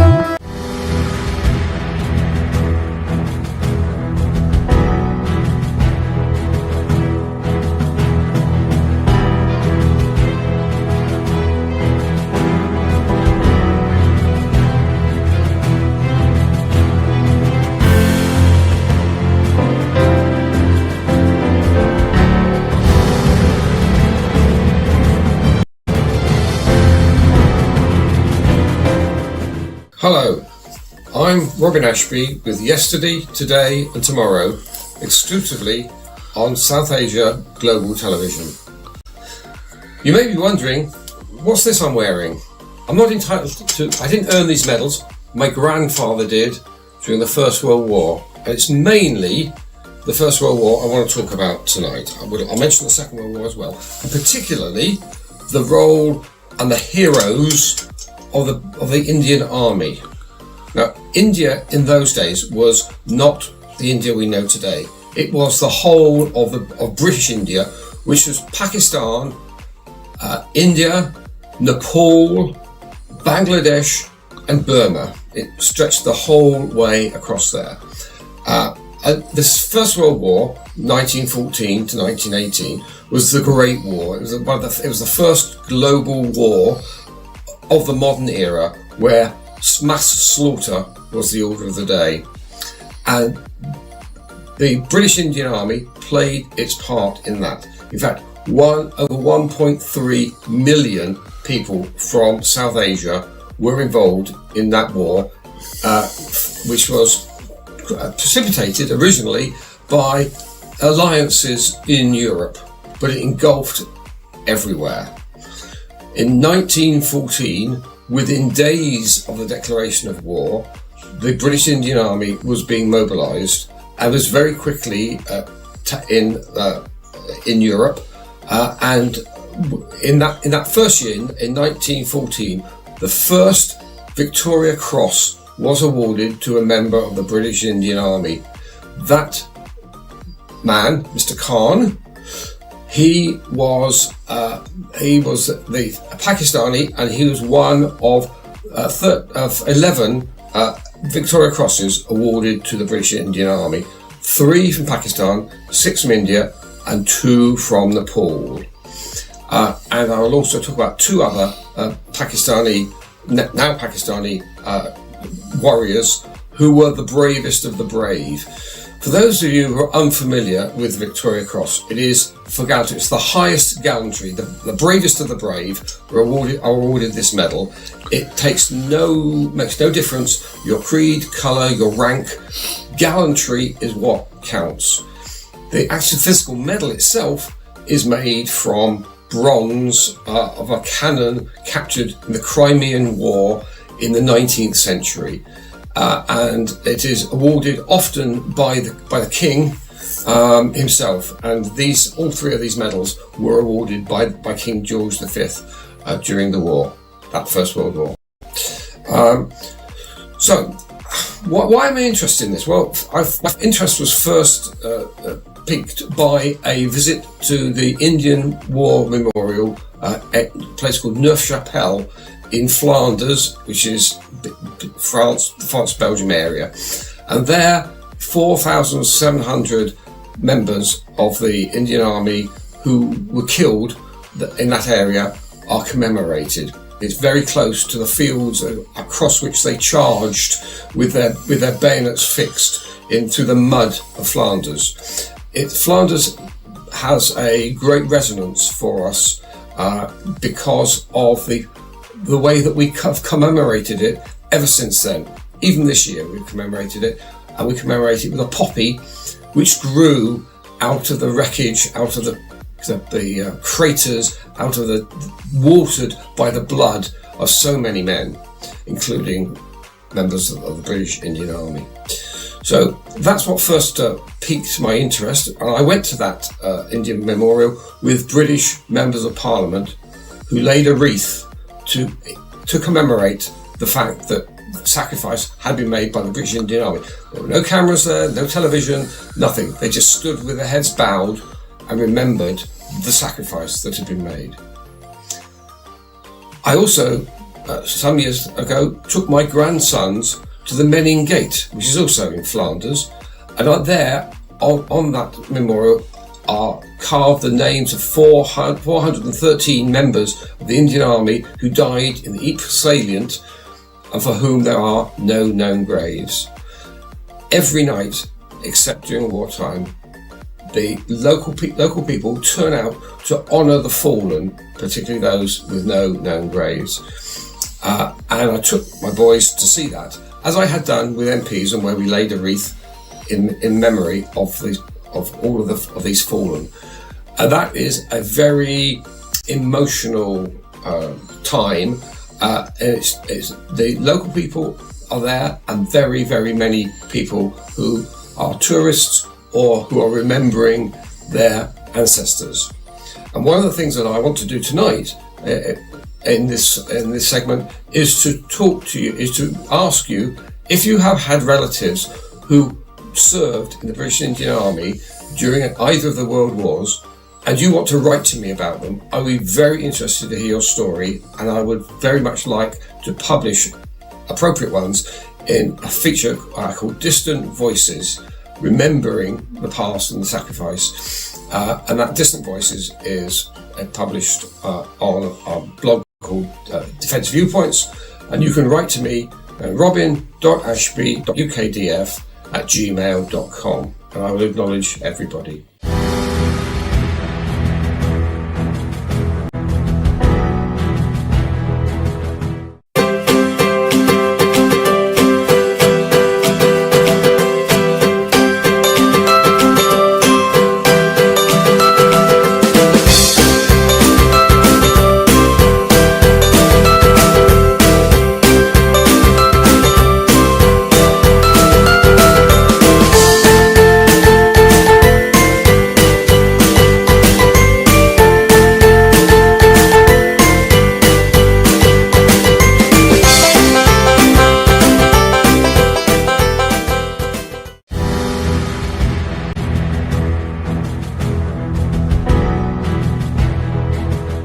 So let's go back to talking about the First World War and Flanders. It was a global war, and members of the British Indian Army served in all of the fields of conflict. And what I want to do is talk about, in particular, these three men who won, through their gallantry, won this highest possible honour that the British Empire could offer. And the first one is a chap called Khadadid Khan. He was the first Indian VC, as I mentioned, and he was born in 1888 in the Punjab. He was in the 129th Baluchis. Baluchistan, as you know, is a district part of India, and he was the first soldier of Indian origin to be awarded the Victoria Cross. He was a machine gunner in October 1914, and only a couple of months after this war had started. There he was with the Lahore Division in Flanders, and he ending up blocking an attack by the Germans, and he was one of 20,000 that were in the field at that time. That was what we now know as the First Battle of Ypres. There were 4 of these battles, and they were butcher shops.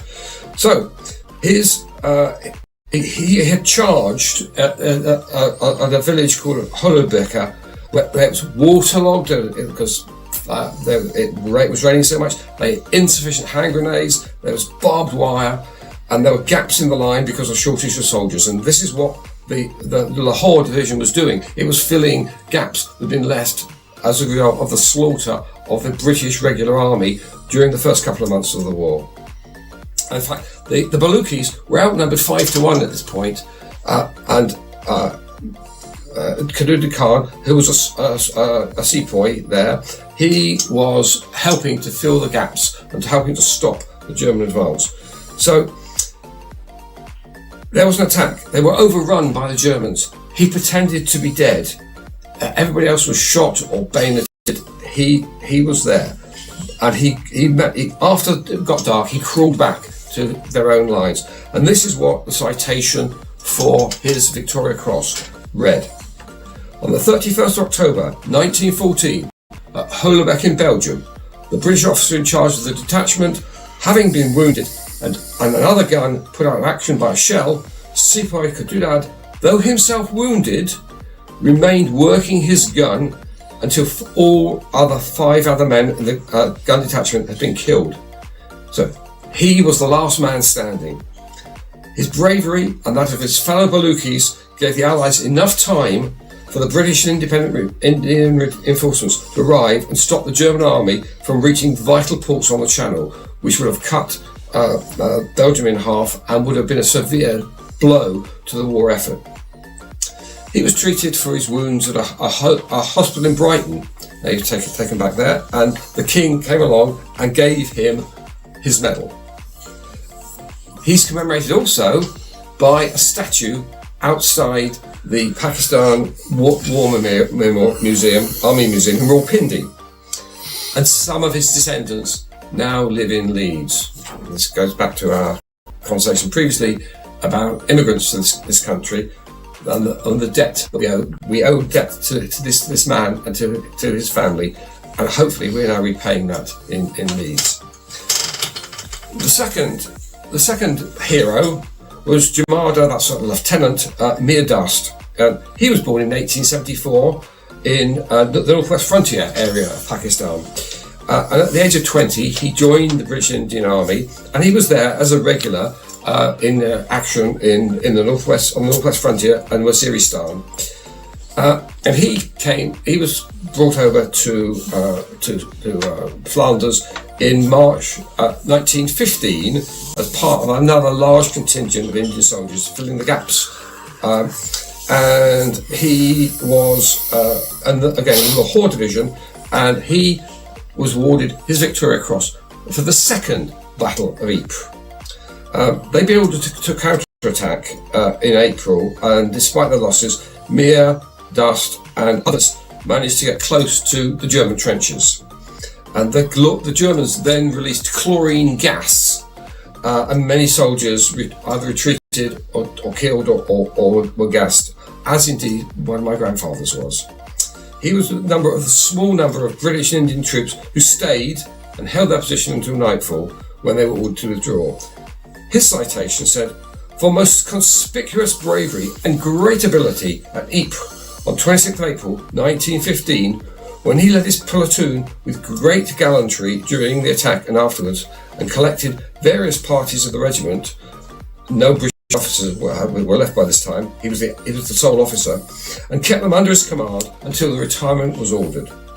Jamada Mir Dast subsequently, on this day, displayed remarkable courage in helping to carry 8 British and Indian officers into safety while exposed to very heavy fire. He also was wounded and went to Brighton, and then again the king visited him and presented him with his medal. And he died in 1945 in Peshawar.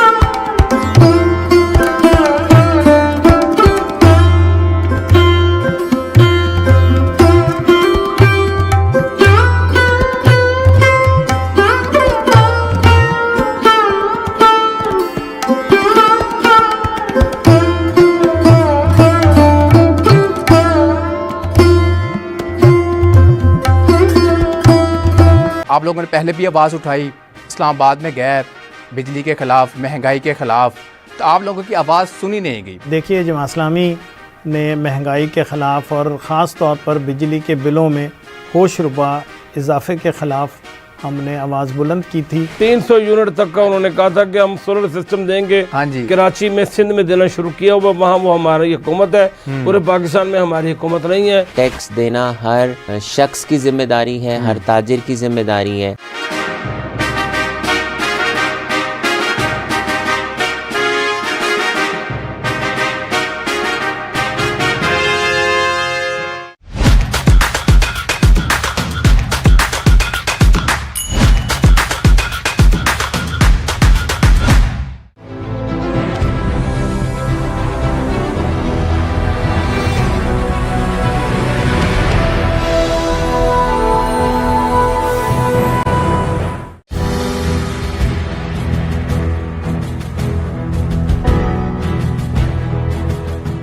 Our third Pakistani hero from 1916 was Nayak, that's a corporal, Shahmad Khan. He was a corporal at the time of this, but he later became a captain, and he served the 89th Punjabis. In fact, he was a Punjabi Muslim born in 1879 in Rawalpindi, and the 89th Punjabis were part of the 1st Battalion of the Baluchi Regiment. and his Victoria Cross was the most conspicuous bravery, this time in Mesopotamia, which is present-day Iraq. It was a world war. It wasn't just in Flanders. He was serving in Iraq, and he was in charge of a machine gun which was covering the gaps in the line very close to the enemy's trench. His citation says, he was in charge of a machine gun section in an exposed position in front of and covering a gap in our new line. That's worth saying. These citations are written by his commanding officer and somebody who knew what he had done. So there was the gap in our line within 150 yards of the enemy's entrenched position. He beat off 3 counterattacks and worked his gun single-handed after all his men, except for 2 belt fillers, had become casualties. For 3 hours, he held the gap under very heavy fire until it was made secure. When his gun was knocked out by hostile fire, he and his 2 belt fillers held their ground with rifles until ordered to withdraw. With 3 men sent to assist him, he then brought back his gun, ammunition, and 1 severely wounded man unable to walk. Finally, he himself returned and removed all remaining arms and equipment except for 2 shovels. But for his great gallantry and determination, a line must have been penetrated by the enemy. That is an incredible story, that he went back for everything except for 2 shovels. Unbelievable. He later achieved the rank of Subedar, which is the equivalent of a captain, and he died in 1947 in his ancestral village of Tahiti in Pakistan. These were the kind of heroes that the British Indian Army produced, and these are men who even today are remembered in the present day Pakistan Army. There were, as I said, there were 6 other Victoria Crosses awarded to the Indian Army and 2 to the Nepalese. The Nepalese Gurkhas and the Sikhs from the British Indian Army are part of the legends of the British Army, and they are hugely respected. And it is the actions of these kinds of men that led to that kind of respect. So, we had 1.3 million people from the subcontinent who took part in the war. Some of them were soldiers, some of them were labourers. And of those, some 74,000 were killed in various parts of the world. As I said, some of them with unknown graves. Theirs was sacrifice. When we come along to the Second World War, where even more people from South Asia took part, and it was even more of a global war. At the start of that war, there were 200,000 people in the British Indian Army. By the end of the war, there were 2.5 million. This was the biggest volunteer army the world has ever seen. Nobody forced these. They were not conscripted like so many other people in so many other parts of the world. They were not conscripted. They volunteered to serve and to fight. And again, we owe them a huge debt of gratitude.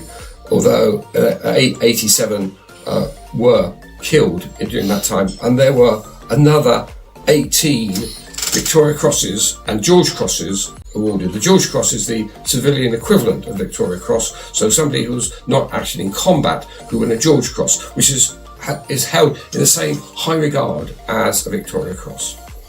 So they served around the world. The 8th Army at Al Alamein. In fact, some members of the Indian Army were at Dunkirk and were evacuated in that first great coming together of the spirit of the British, which carried us through the war. They were at Dunkirk. They were in the 8th Army, then the 9th Army, the 10th Army, the 12th Army, the 14th Army in Burma. They served around the world, in Europe, and Al Alamein in Africa. They served in right the way across Asia, places like Sudan, Iran, Iraq, Syria, Hong Kong, Malaysia, Singapore, Borneo, Lebanon. Those were the places where the British Indian Army was serving, and these men helped to turn the tide of totalitarianism. Again, we owe them a huge debt of gratitude. So, In summing up, I went, as we often do, to poets who can crystallise our remembrance after death. And that includes those more than 160,000 from South Asia who died in 2 world wars. So Muhammad Iqbal from Pakistan, whose poetry in the Urdu language is considered amongst the greatest of the 20th century, wrote one of his most famous poems. Man's spirit does not know annihilation. It may disappear from sight, but is not obliterated. The apparel of existence is turned to ashes by the flames of grief. This fire is put out by the water of that pleasant feeling. The suppression of lamentation is not the silence of indifference. It is awareness that brings consolation, not forgetfulness. So many paid the ultimate price of war. At the going down of the sun and in the morning, we will remember them. This has been Yesterday, Today and Tomorrow on South Asia Global Television. I'm Robin Ashby, and I look forward to speaking to you in the next programme.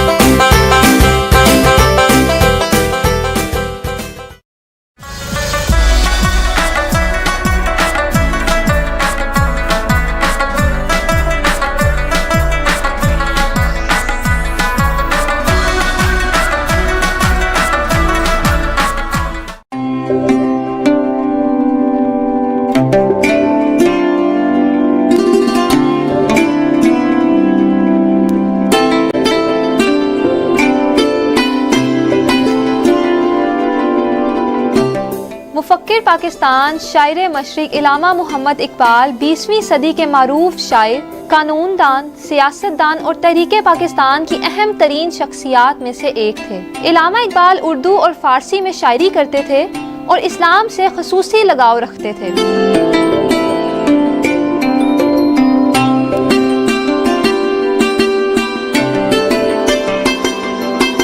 इनकी वफ़ात 21 अप्रैल 1938 को जावेद मंजिल में हुई थी। मज़ार इकबाल की सादा सी इमारत मुस्तकील शक्ल की है। इसका एक दरवाज़ा मशरिक और दूसरा जनूब की सिमत में है। मज़ार इकबाल पर सफ़ेद मार्बल भी लगा है। मज़ार की दीवारों पर इकबाल की किताब ज़बूर अजम से लिए गए इशार कुंदा हैं और इसके अलावा कुरानी आयात की कैलीग्राफी भी की गई है। मज़ार इकबाल के बाहर सरसब्ज़ टुकड़ियों में मुनक़सिम बाग भी है जो बहुत दिलकश और खूबसूरत है। मज़ार इकबाल की तामीर में इस्तेमाल होने वाला पत्थर इसी नौइयत का है जो मुग़ल शहंशाह ज़हीरुद्दीन मोहम्मद बाबर के मकबरे की तामीर में इस्तेमाल हुआ है।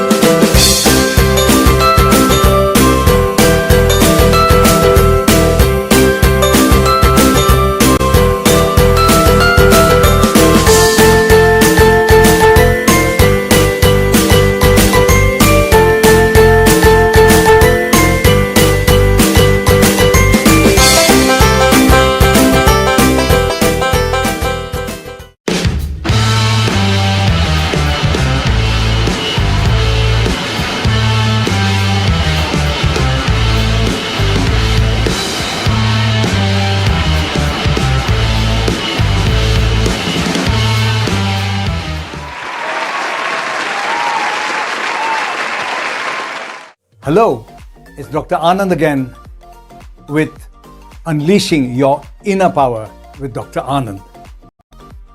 Today, I'm looking at a topic which is rather difficult to comprehend and to deal with. But you know, I've been around for many decades on this planet and I've formed my point of view. That's all I give you.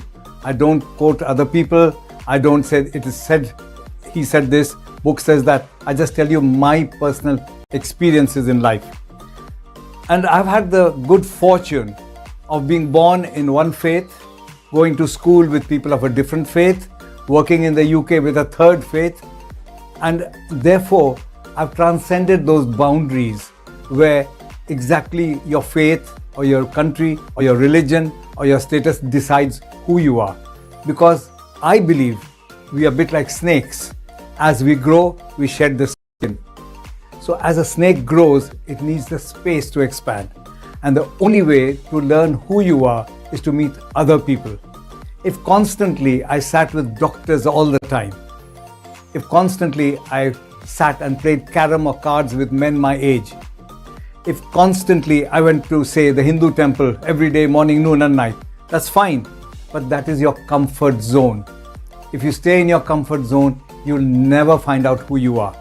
You'll be part of the flock, the sheep. And I therefore very strongly believe that because I've had the fortune of not only being allowed to mix with people, I purposely go to all different places. Do you know I've been to Iran? Do you know I've been to Israel? Do you know, as an Indian, I've been in Pakistan for 53 days in Lahore.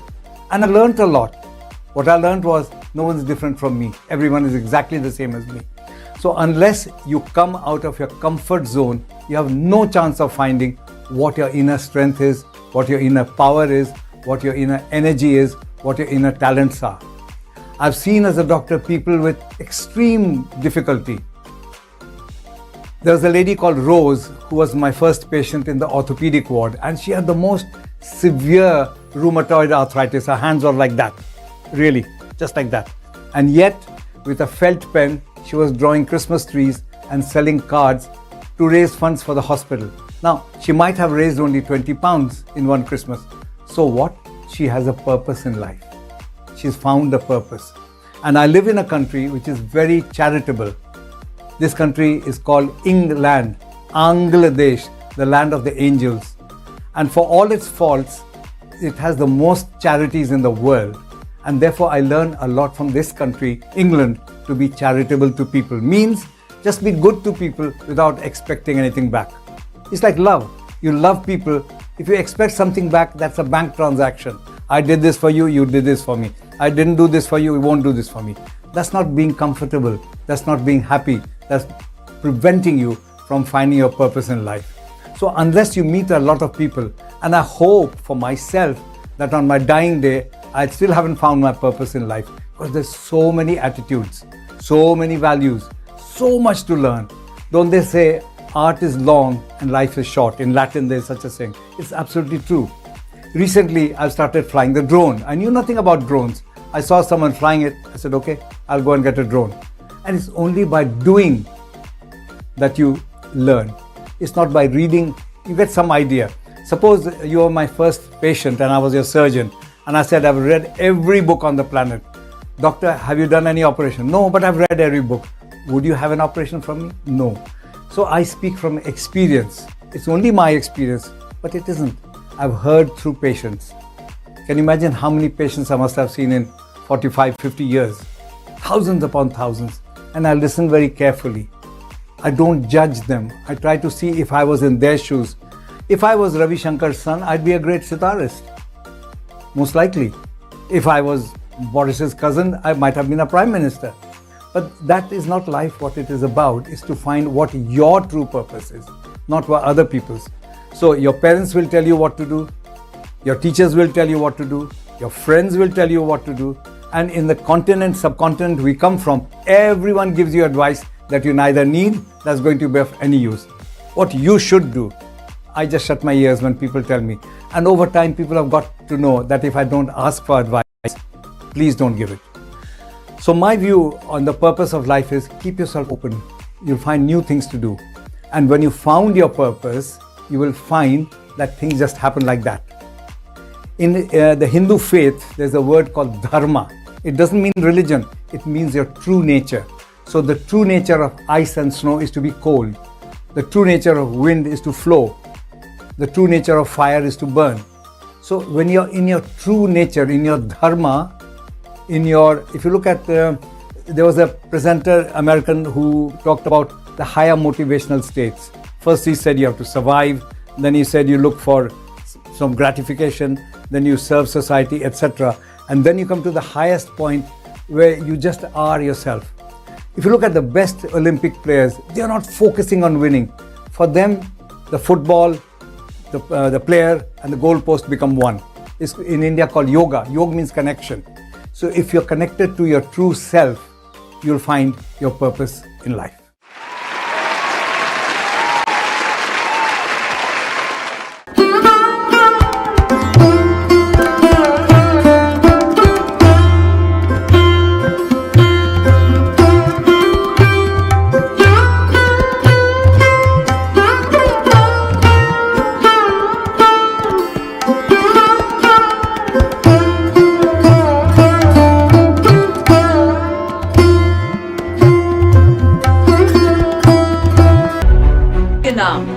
और आज के गम के नाम। आज का गम चुके है जिंदगी के भरे गुलिस्तान से खफा।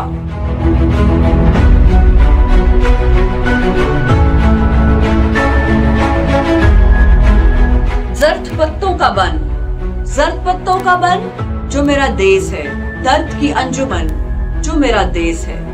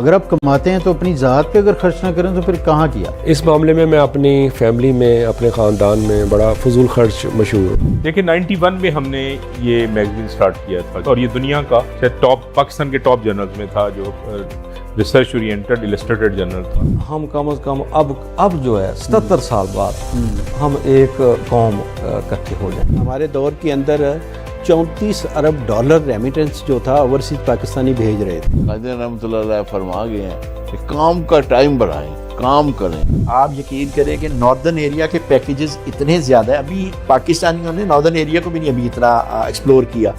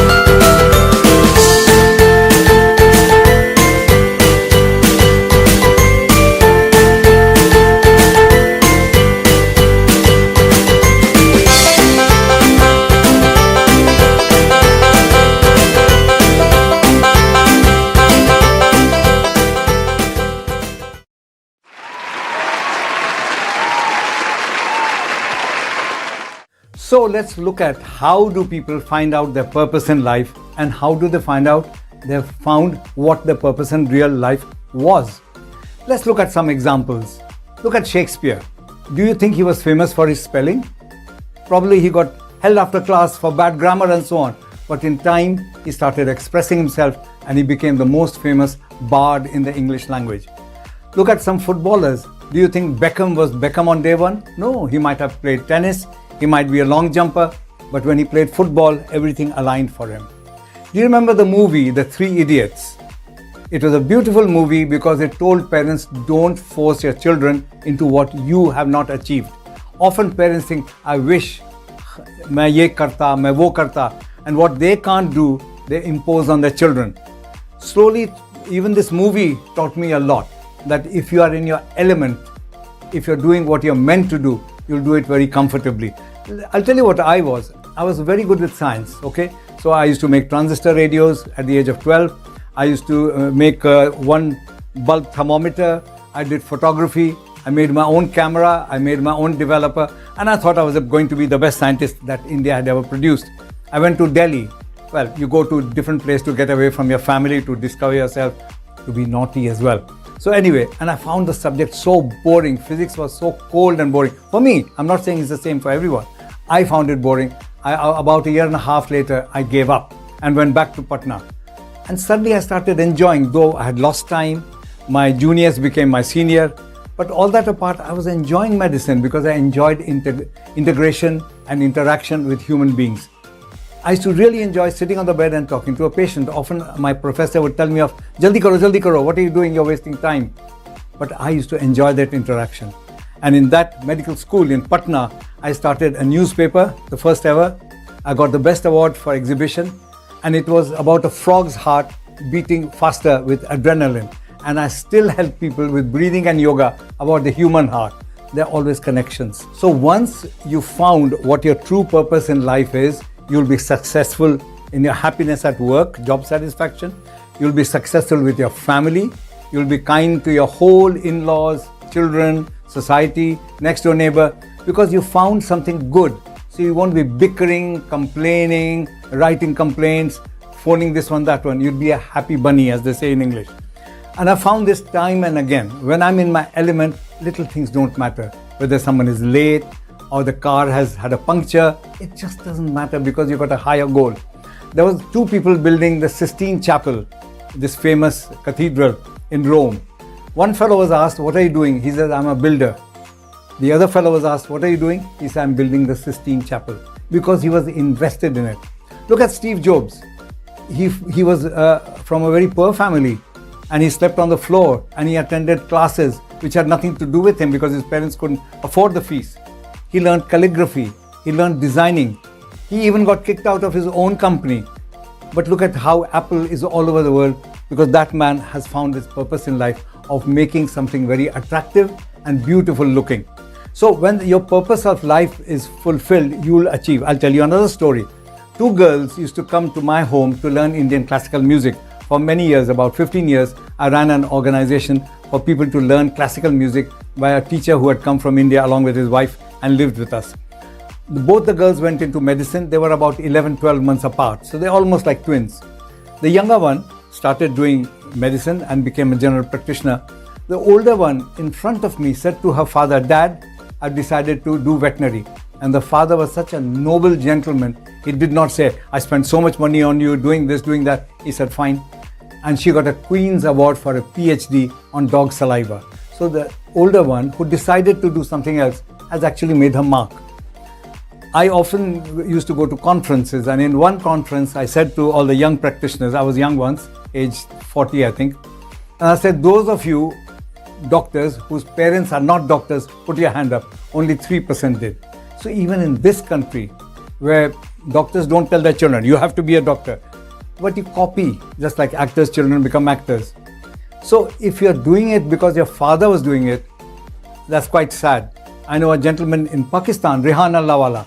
His father has got a huge business in, I think, paper. Rehan decided to do something else, and he has got, I think, 14 million followers, and he's changing the thinking of the people, and he's started a party and so on. So once you follow your own purpose in life, you'll know you are happy, you're spreading good word, and things just happen for you. You may not have a huge amount of money, but you'll have a huge amount of human capital. Another difference I'll tell you from my experience back in India to my experiences here when I taught medical students. Medical students join here at the age of 18 and they nearly finish by say 22, 24. And even then they're not absolutely sure which branch of medicine to go into. Whereas in India, I know some families, where at the age of 12 you're told, "Tu doctor banega, you will be a doctor, or you will be a solicitor, or you will be an engineer," that's it. And it is time that we let go a little bit. Because someone who's happy in the long run, like a marathon runner, is better than someone who does a short sprint, has an unhappy life being a banker or a doctor or whatever he didn't want to do. Because when you don't want to do something, a bit like an arranged marriage, you blame the mother-in-law. But when you arrange your own marriage or your own profession, you take responsibility. You take the knocks in life and you decide, koi baat nahi, I've not succeeded this time, I'll do it next time. You don't get deflated. But if others do your career like a puppet, you're a puppet and people are deciding a career, you'll say, doesn't matter, it's father's problem. Oh, my uncle told me what to do. It's his issue. So we are slightly different in the West, that you're given a bit more leeway. So in India, a young person starts at 18. In UK, a young person starts maybe 25 or 30 even. So you've got a lot of lag period in the West where you're allowed to make mistakes. And there's nothing called a mistake. I truly believe you learn every single day if you're prepared to. I don't believe in entertainment. I believe in edutainment. As a matter of fact, the word doctor means teacher. And I became a doctor. I taught medical students. Even now, I'm teaching you my own experiences so that you don't make my mistakes, go and make your own.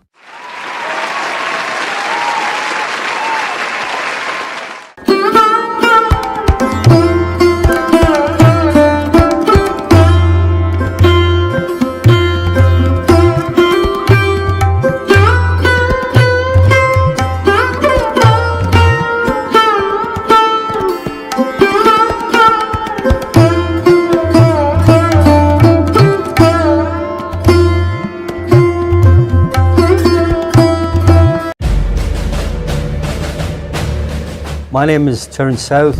I formerly served in the British Army.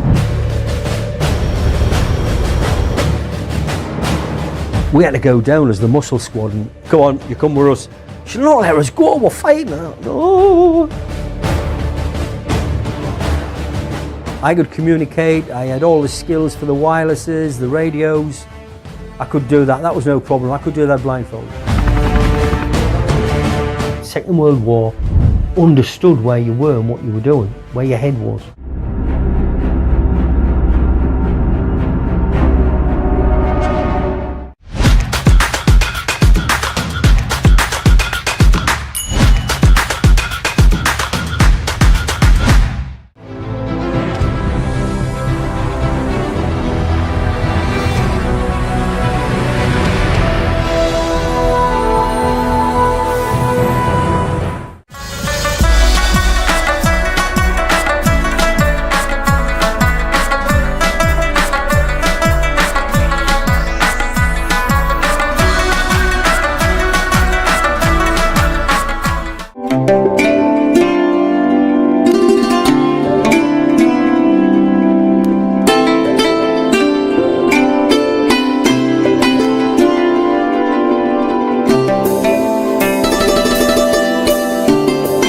माजी में Manto park कहलाने वाले वसीओ रीस park के ऐन वस्त में करारदादे पाकिस्तान की यादगार का दर्जा रखने वाला मीनार पाकिस्तान अयूब दौर में तामीर किया गया। मीनार पाकिस्तान, जिसे टावर ऑफ पाकिस्तान और मीनार ऑफ पाकिस्तान भी कहा जाता है, करारदादे पाकिस्तान की याद में बनाया गया था, जिसे 22 से 24 मार्च 1940 के ऑल इंडिया मुस्लिम लीग के इजलास के दौरान अपनाया गया था। ये इजलास मंटो पार्क में मुनक्किद हुआ और इस वक्त इसे इकबाल पार्क कहा जाने लगा। अब इसे बादशाही मस्जिद और किले को मिलाकर ग्रेटर इकबाल पार्क का नाम दिया गया है।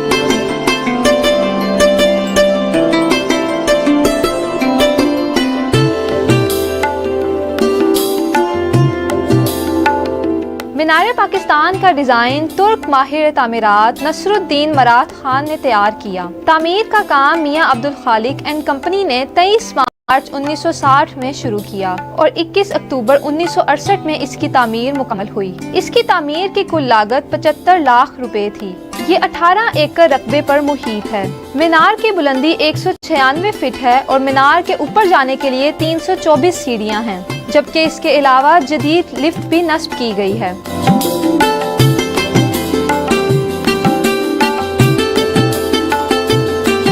मीनार का निचला हिस्सा फूल की पत्तियों से मुशाबत रखता है। इसकी संगमरमर की दीवारों पर कुरान की आयात, कायद-ए-आज़म मोहम्मद अली जिन्नाह और इलामा मोहम्मद इकबाल के अक़वाल और पाकिस्तान की आज़ादी की मुख्तसर तारीख कुंदा है। इसके अलावा करारदाद पाकिस्तान का मुकम्मल मतन भी उर्दू और बंगाली दोनों जुबानों में इसकी दीवारों पर कुंदा किया गया है। आप मीनार पाकिस्तान को देख तो सकते हैं, लेकिन इसके करीब नहीं जा सकते। मीनार पाकिस्तान के गिर्द लोहे की बाड़ लगा दी गई है और ये बंदिश आज से नहीं बल्कि कई साल से है।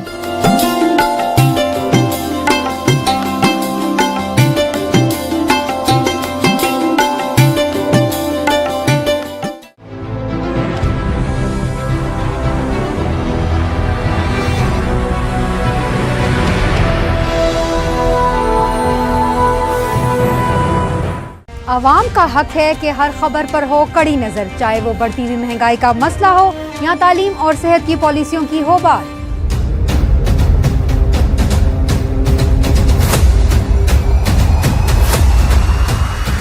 सियासतदान वादे तो बहुत करते हैं, लेकिन इन वादों का होता क्या है? हम ला रहे हैं आपके लिए एक ऐसा प्रोग्राम जो कि रखेगा हर खबर पर कड़ी नजर और देगा आपको हर न्यूज का follow up.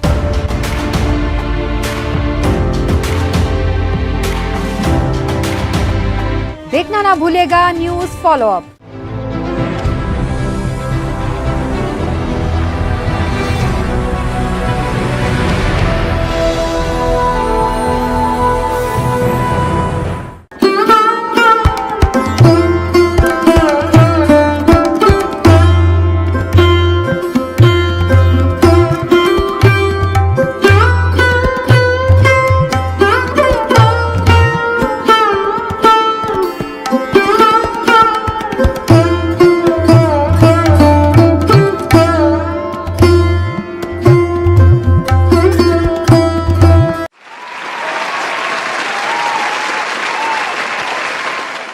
Hello there. Let's do the way our purpose in life affects our life. It's not just a theoretical idea.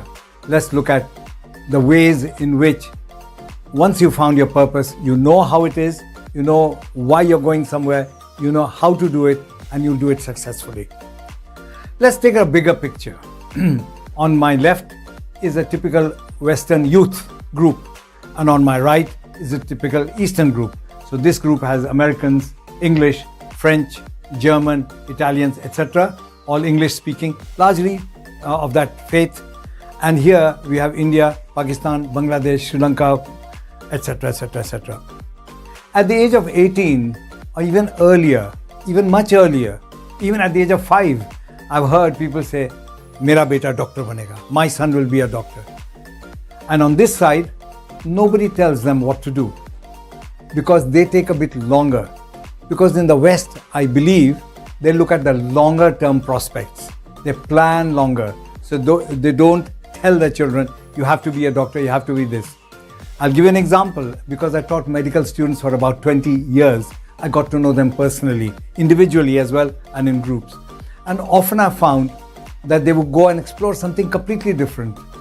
So in the 4th year medical students of Newcastle upon Tyne, where I'm from, the students would take a year's break, all of them, and go to Australia and see how medicine is practiced there, where the distances are different. Or some would go to Kathmandu, some would go to Delhi, some would go to Pakistan and experience a completely different lifestyle of what the doctor does, what his support system is, what facilities are available, and they come back completely changed. Whereas here, it seems life is very short and you have to quickly become a doctor, quickly get into the job, any old how, through knowing people, to become a professor, not actually enjoy a job. And the consequence of that is, here in Oxford, Cambridge, etc., there's world-class research, and we do kind of second-class cut-paste research, which doesn't make the world a better place. We just do a copy medicine of the West. Here it is truly the West. And they're doing research on human development and human benefit. So you will notice that if you follow the people who found their purpose, having taken some time, the results are staggering. Look at where these countries are and look at where we are financially, in respect, in military power, in university knowledge, in every way possible. So I strongly suggest to you that you should explore the world, particularly people from the subcontinent.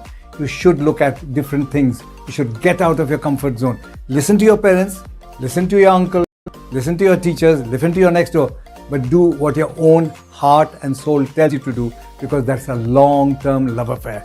It's like a long-term choice of your marital partner. If you've chosen the right person, things go along smoothly. There'll be ups and downs. But if you have been told who to be with, or a medical practitioner, I used to get on with my partners, we were completely different. I'm more about emotions, psychology, and my partner was a surgeon.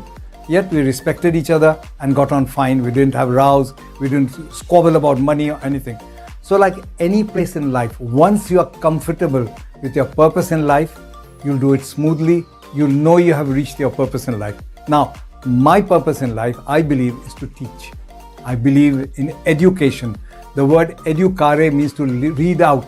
In Islam, it says ikra, the first word, means go faraway places to learn.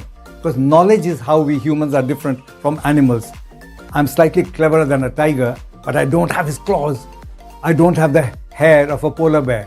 I'm not as quick as a monkey, but I've got brains and you've got brains. So the show is always about unleashing your inner power with Dr. Anand.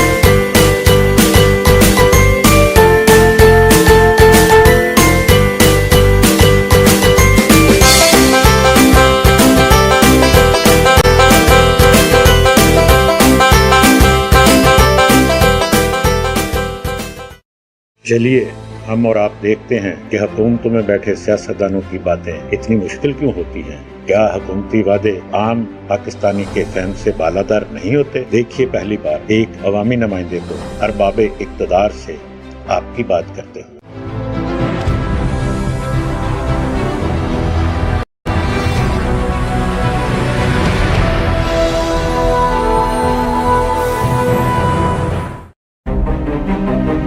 Hello, I'm Alan Curry. I'm bringing you a show badge of honour on my successful life in the police service to the rank of Chief Superintendent.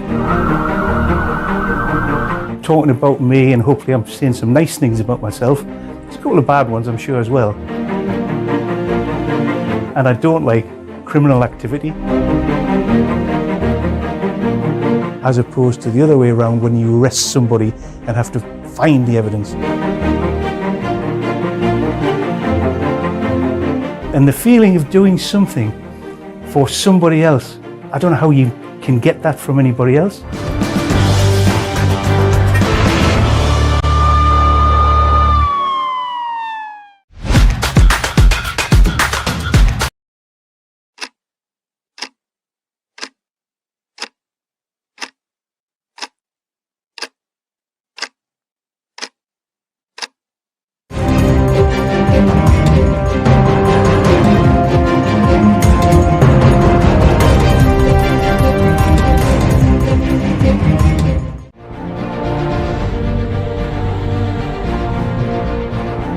बिस्मिल्लाहिर्रहमानिर्रहीम, अस्सलाम वालेकुम। South Asia global के साथ मैं हूं ज़मरीन अख्तर। शामिल करते हैं न्यूज़ हेडलाइंस।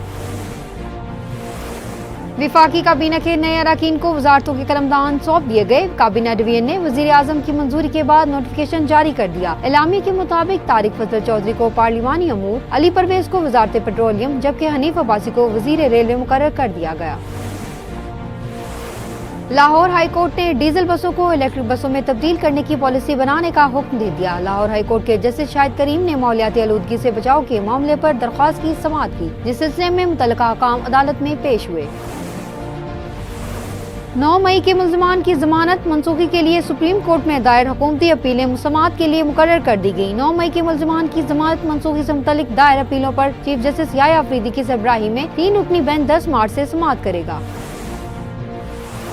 इस्तेकाम पाकिस्तान पार्टी के रहनुमा अलीम खान ने 3 माह से 2 वफाकी वजारतें छोड़ने का फैसला किया है। अलीम खान ने निजकारी, सरमायाकारी और मौसलात में से एक वजारत रखने का फैसला किया। अब्दुल अलीम खान वजारत निजकारी और सरमायाकारी बोर्ड से दस्तबरदार होंगे। अब्दुल अलीम खान मौसलात की वजारत अपने पास ही रखेंगे।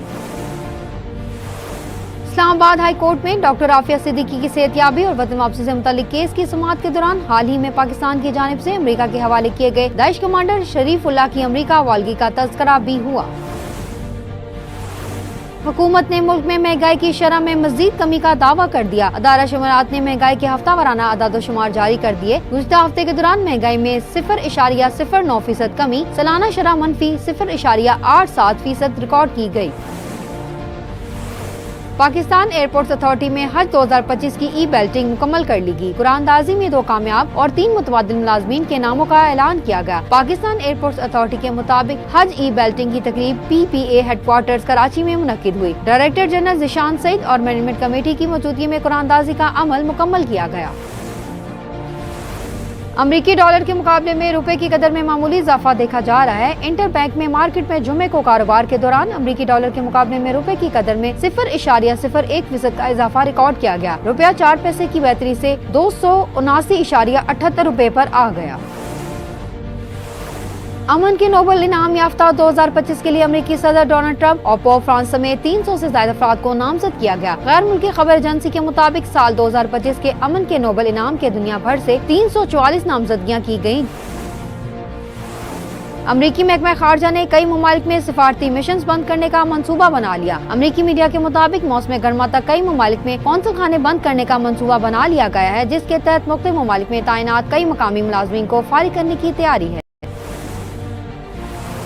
अमरीकी सदर डोनाल्ड ट्रंप ने कहा है कि वो अगले 1-1.5 माह में 1 ट्रिलियन की बिजनेस डील के लिए सऊदी अरब का दौरा करेंगे। व्हाइट हाउस में सहाफियों से गुफ्तगू करते हुए सदर डोनाल्ड ट्रंप का कहना था कि सऊदी अरब से कहा है कि अमरीकी कंपनियों में $1 ट्रिलियन 1000 अरब डॉलर सरमायाकारी करेंगे तो मैं आऊँगा।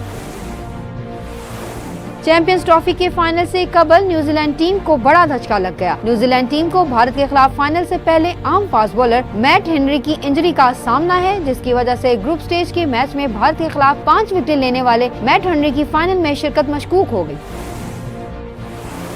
और इंटरनेशनल क्रिकेट काउंसिल ICC ने प्लेयर ऑफ द मंथ की नामजदगियों का ऐलान कर दिया। ICC के ऐलान के मुताबिक प्लेयर ऑफ द मंथ की नामजदगियों के लिए ऑस्ट्रेलिया के स्टीव स्मिथ, भारत के शमन गिल और न्यूजीलैंड के ग्लेब फिलिप्स को नामजद किया गया। न्यूज स्टूडियो से फिल वक्त इतना ही। मजीद खबरों, तफसीलात और अपडेट्स के लिए देखते रहिए साउथ एशिया ग्लोबल और विजिट कीजिए हमारी वेबसाइट SAT.TV।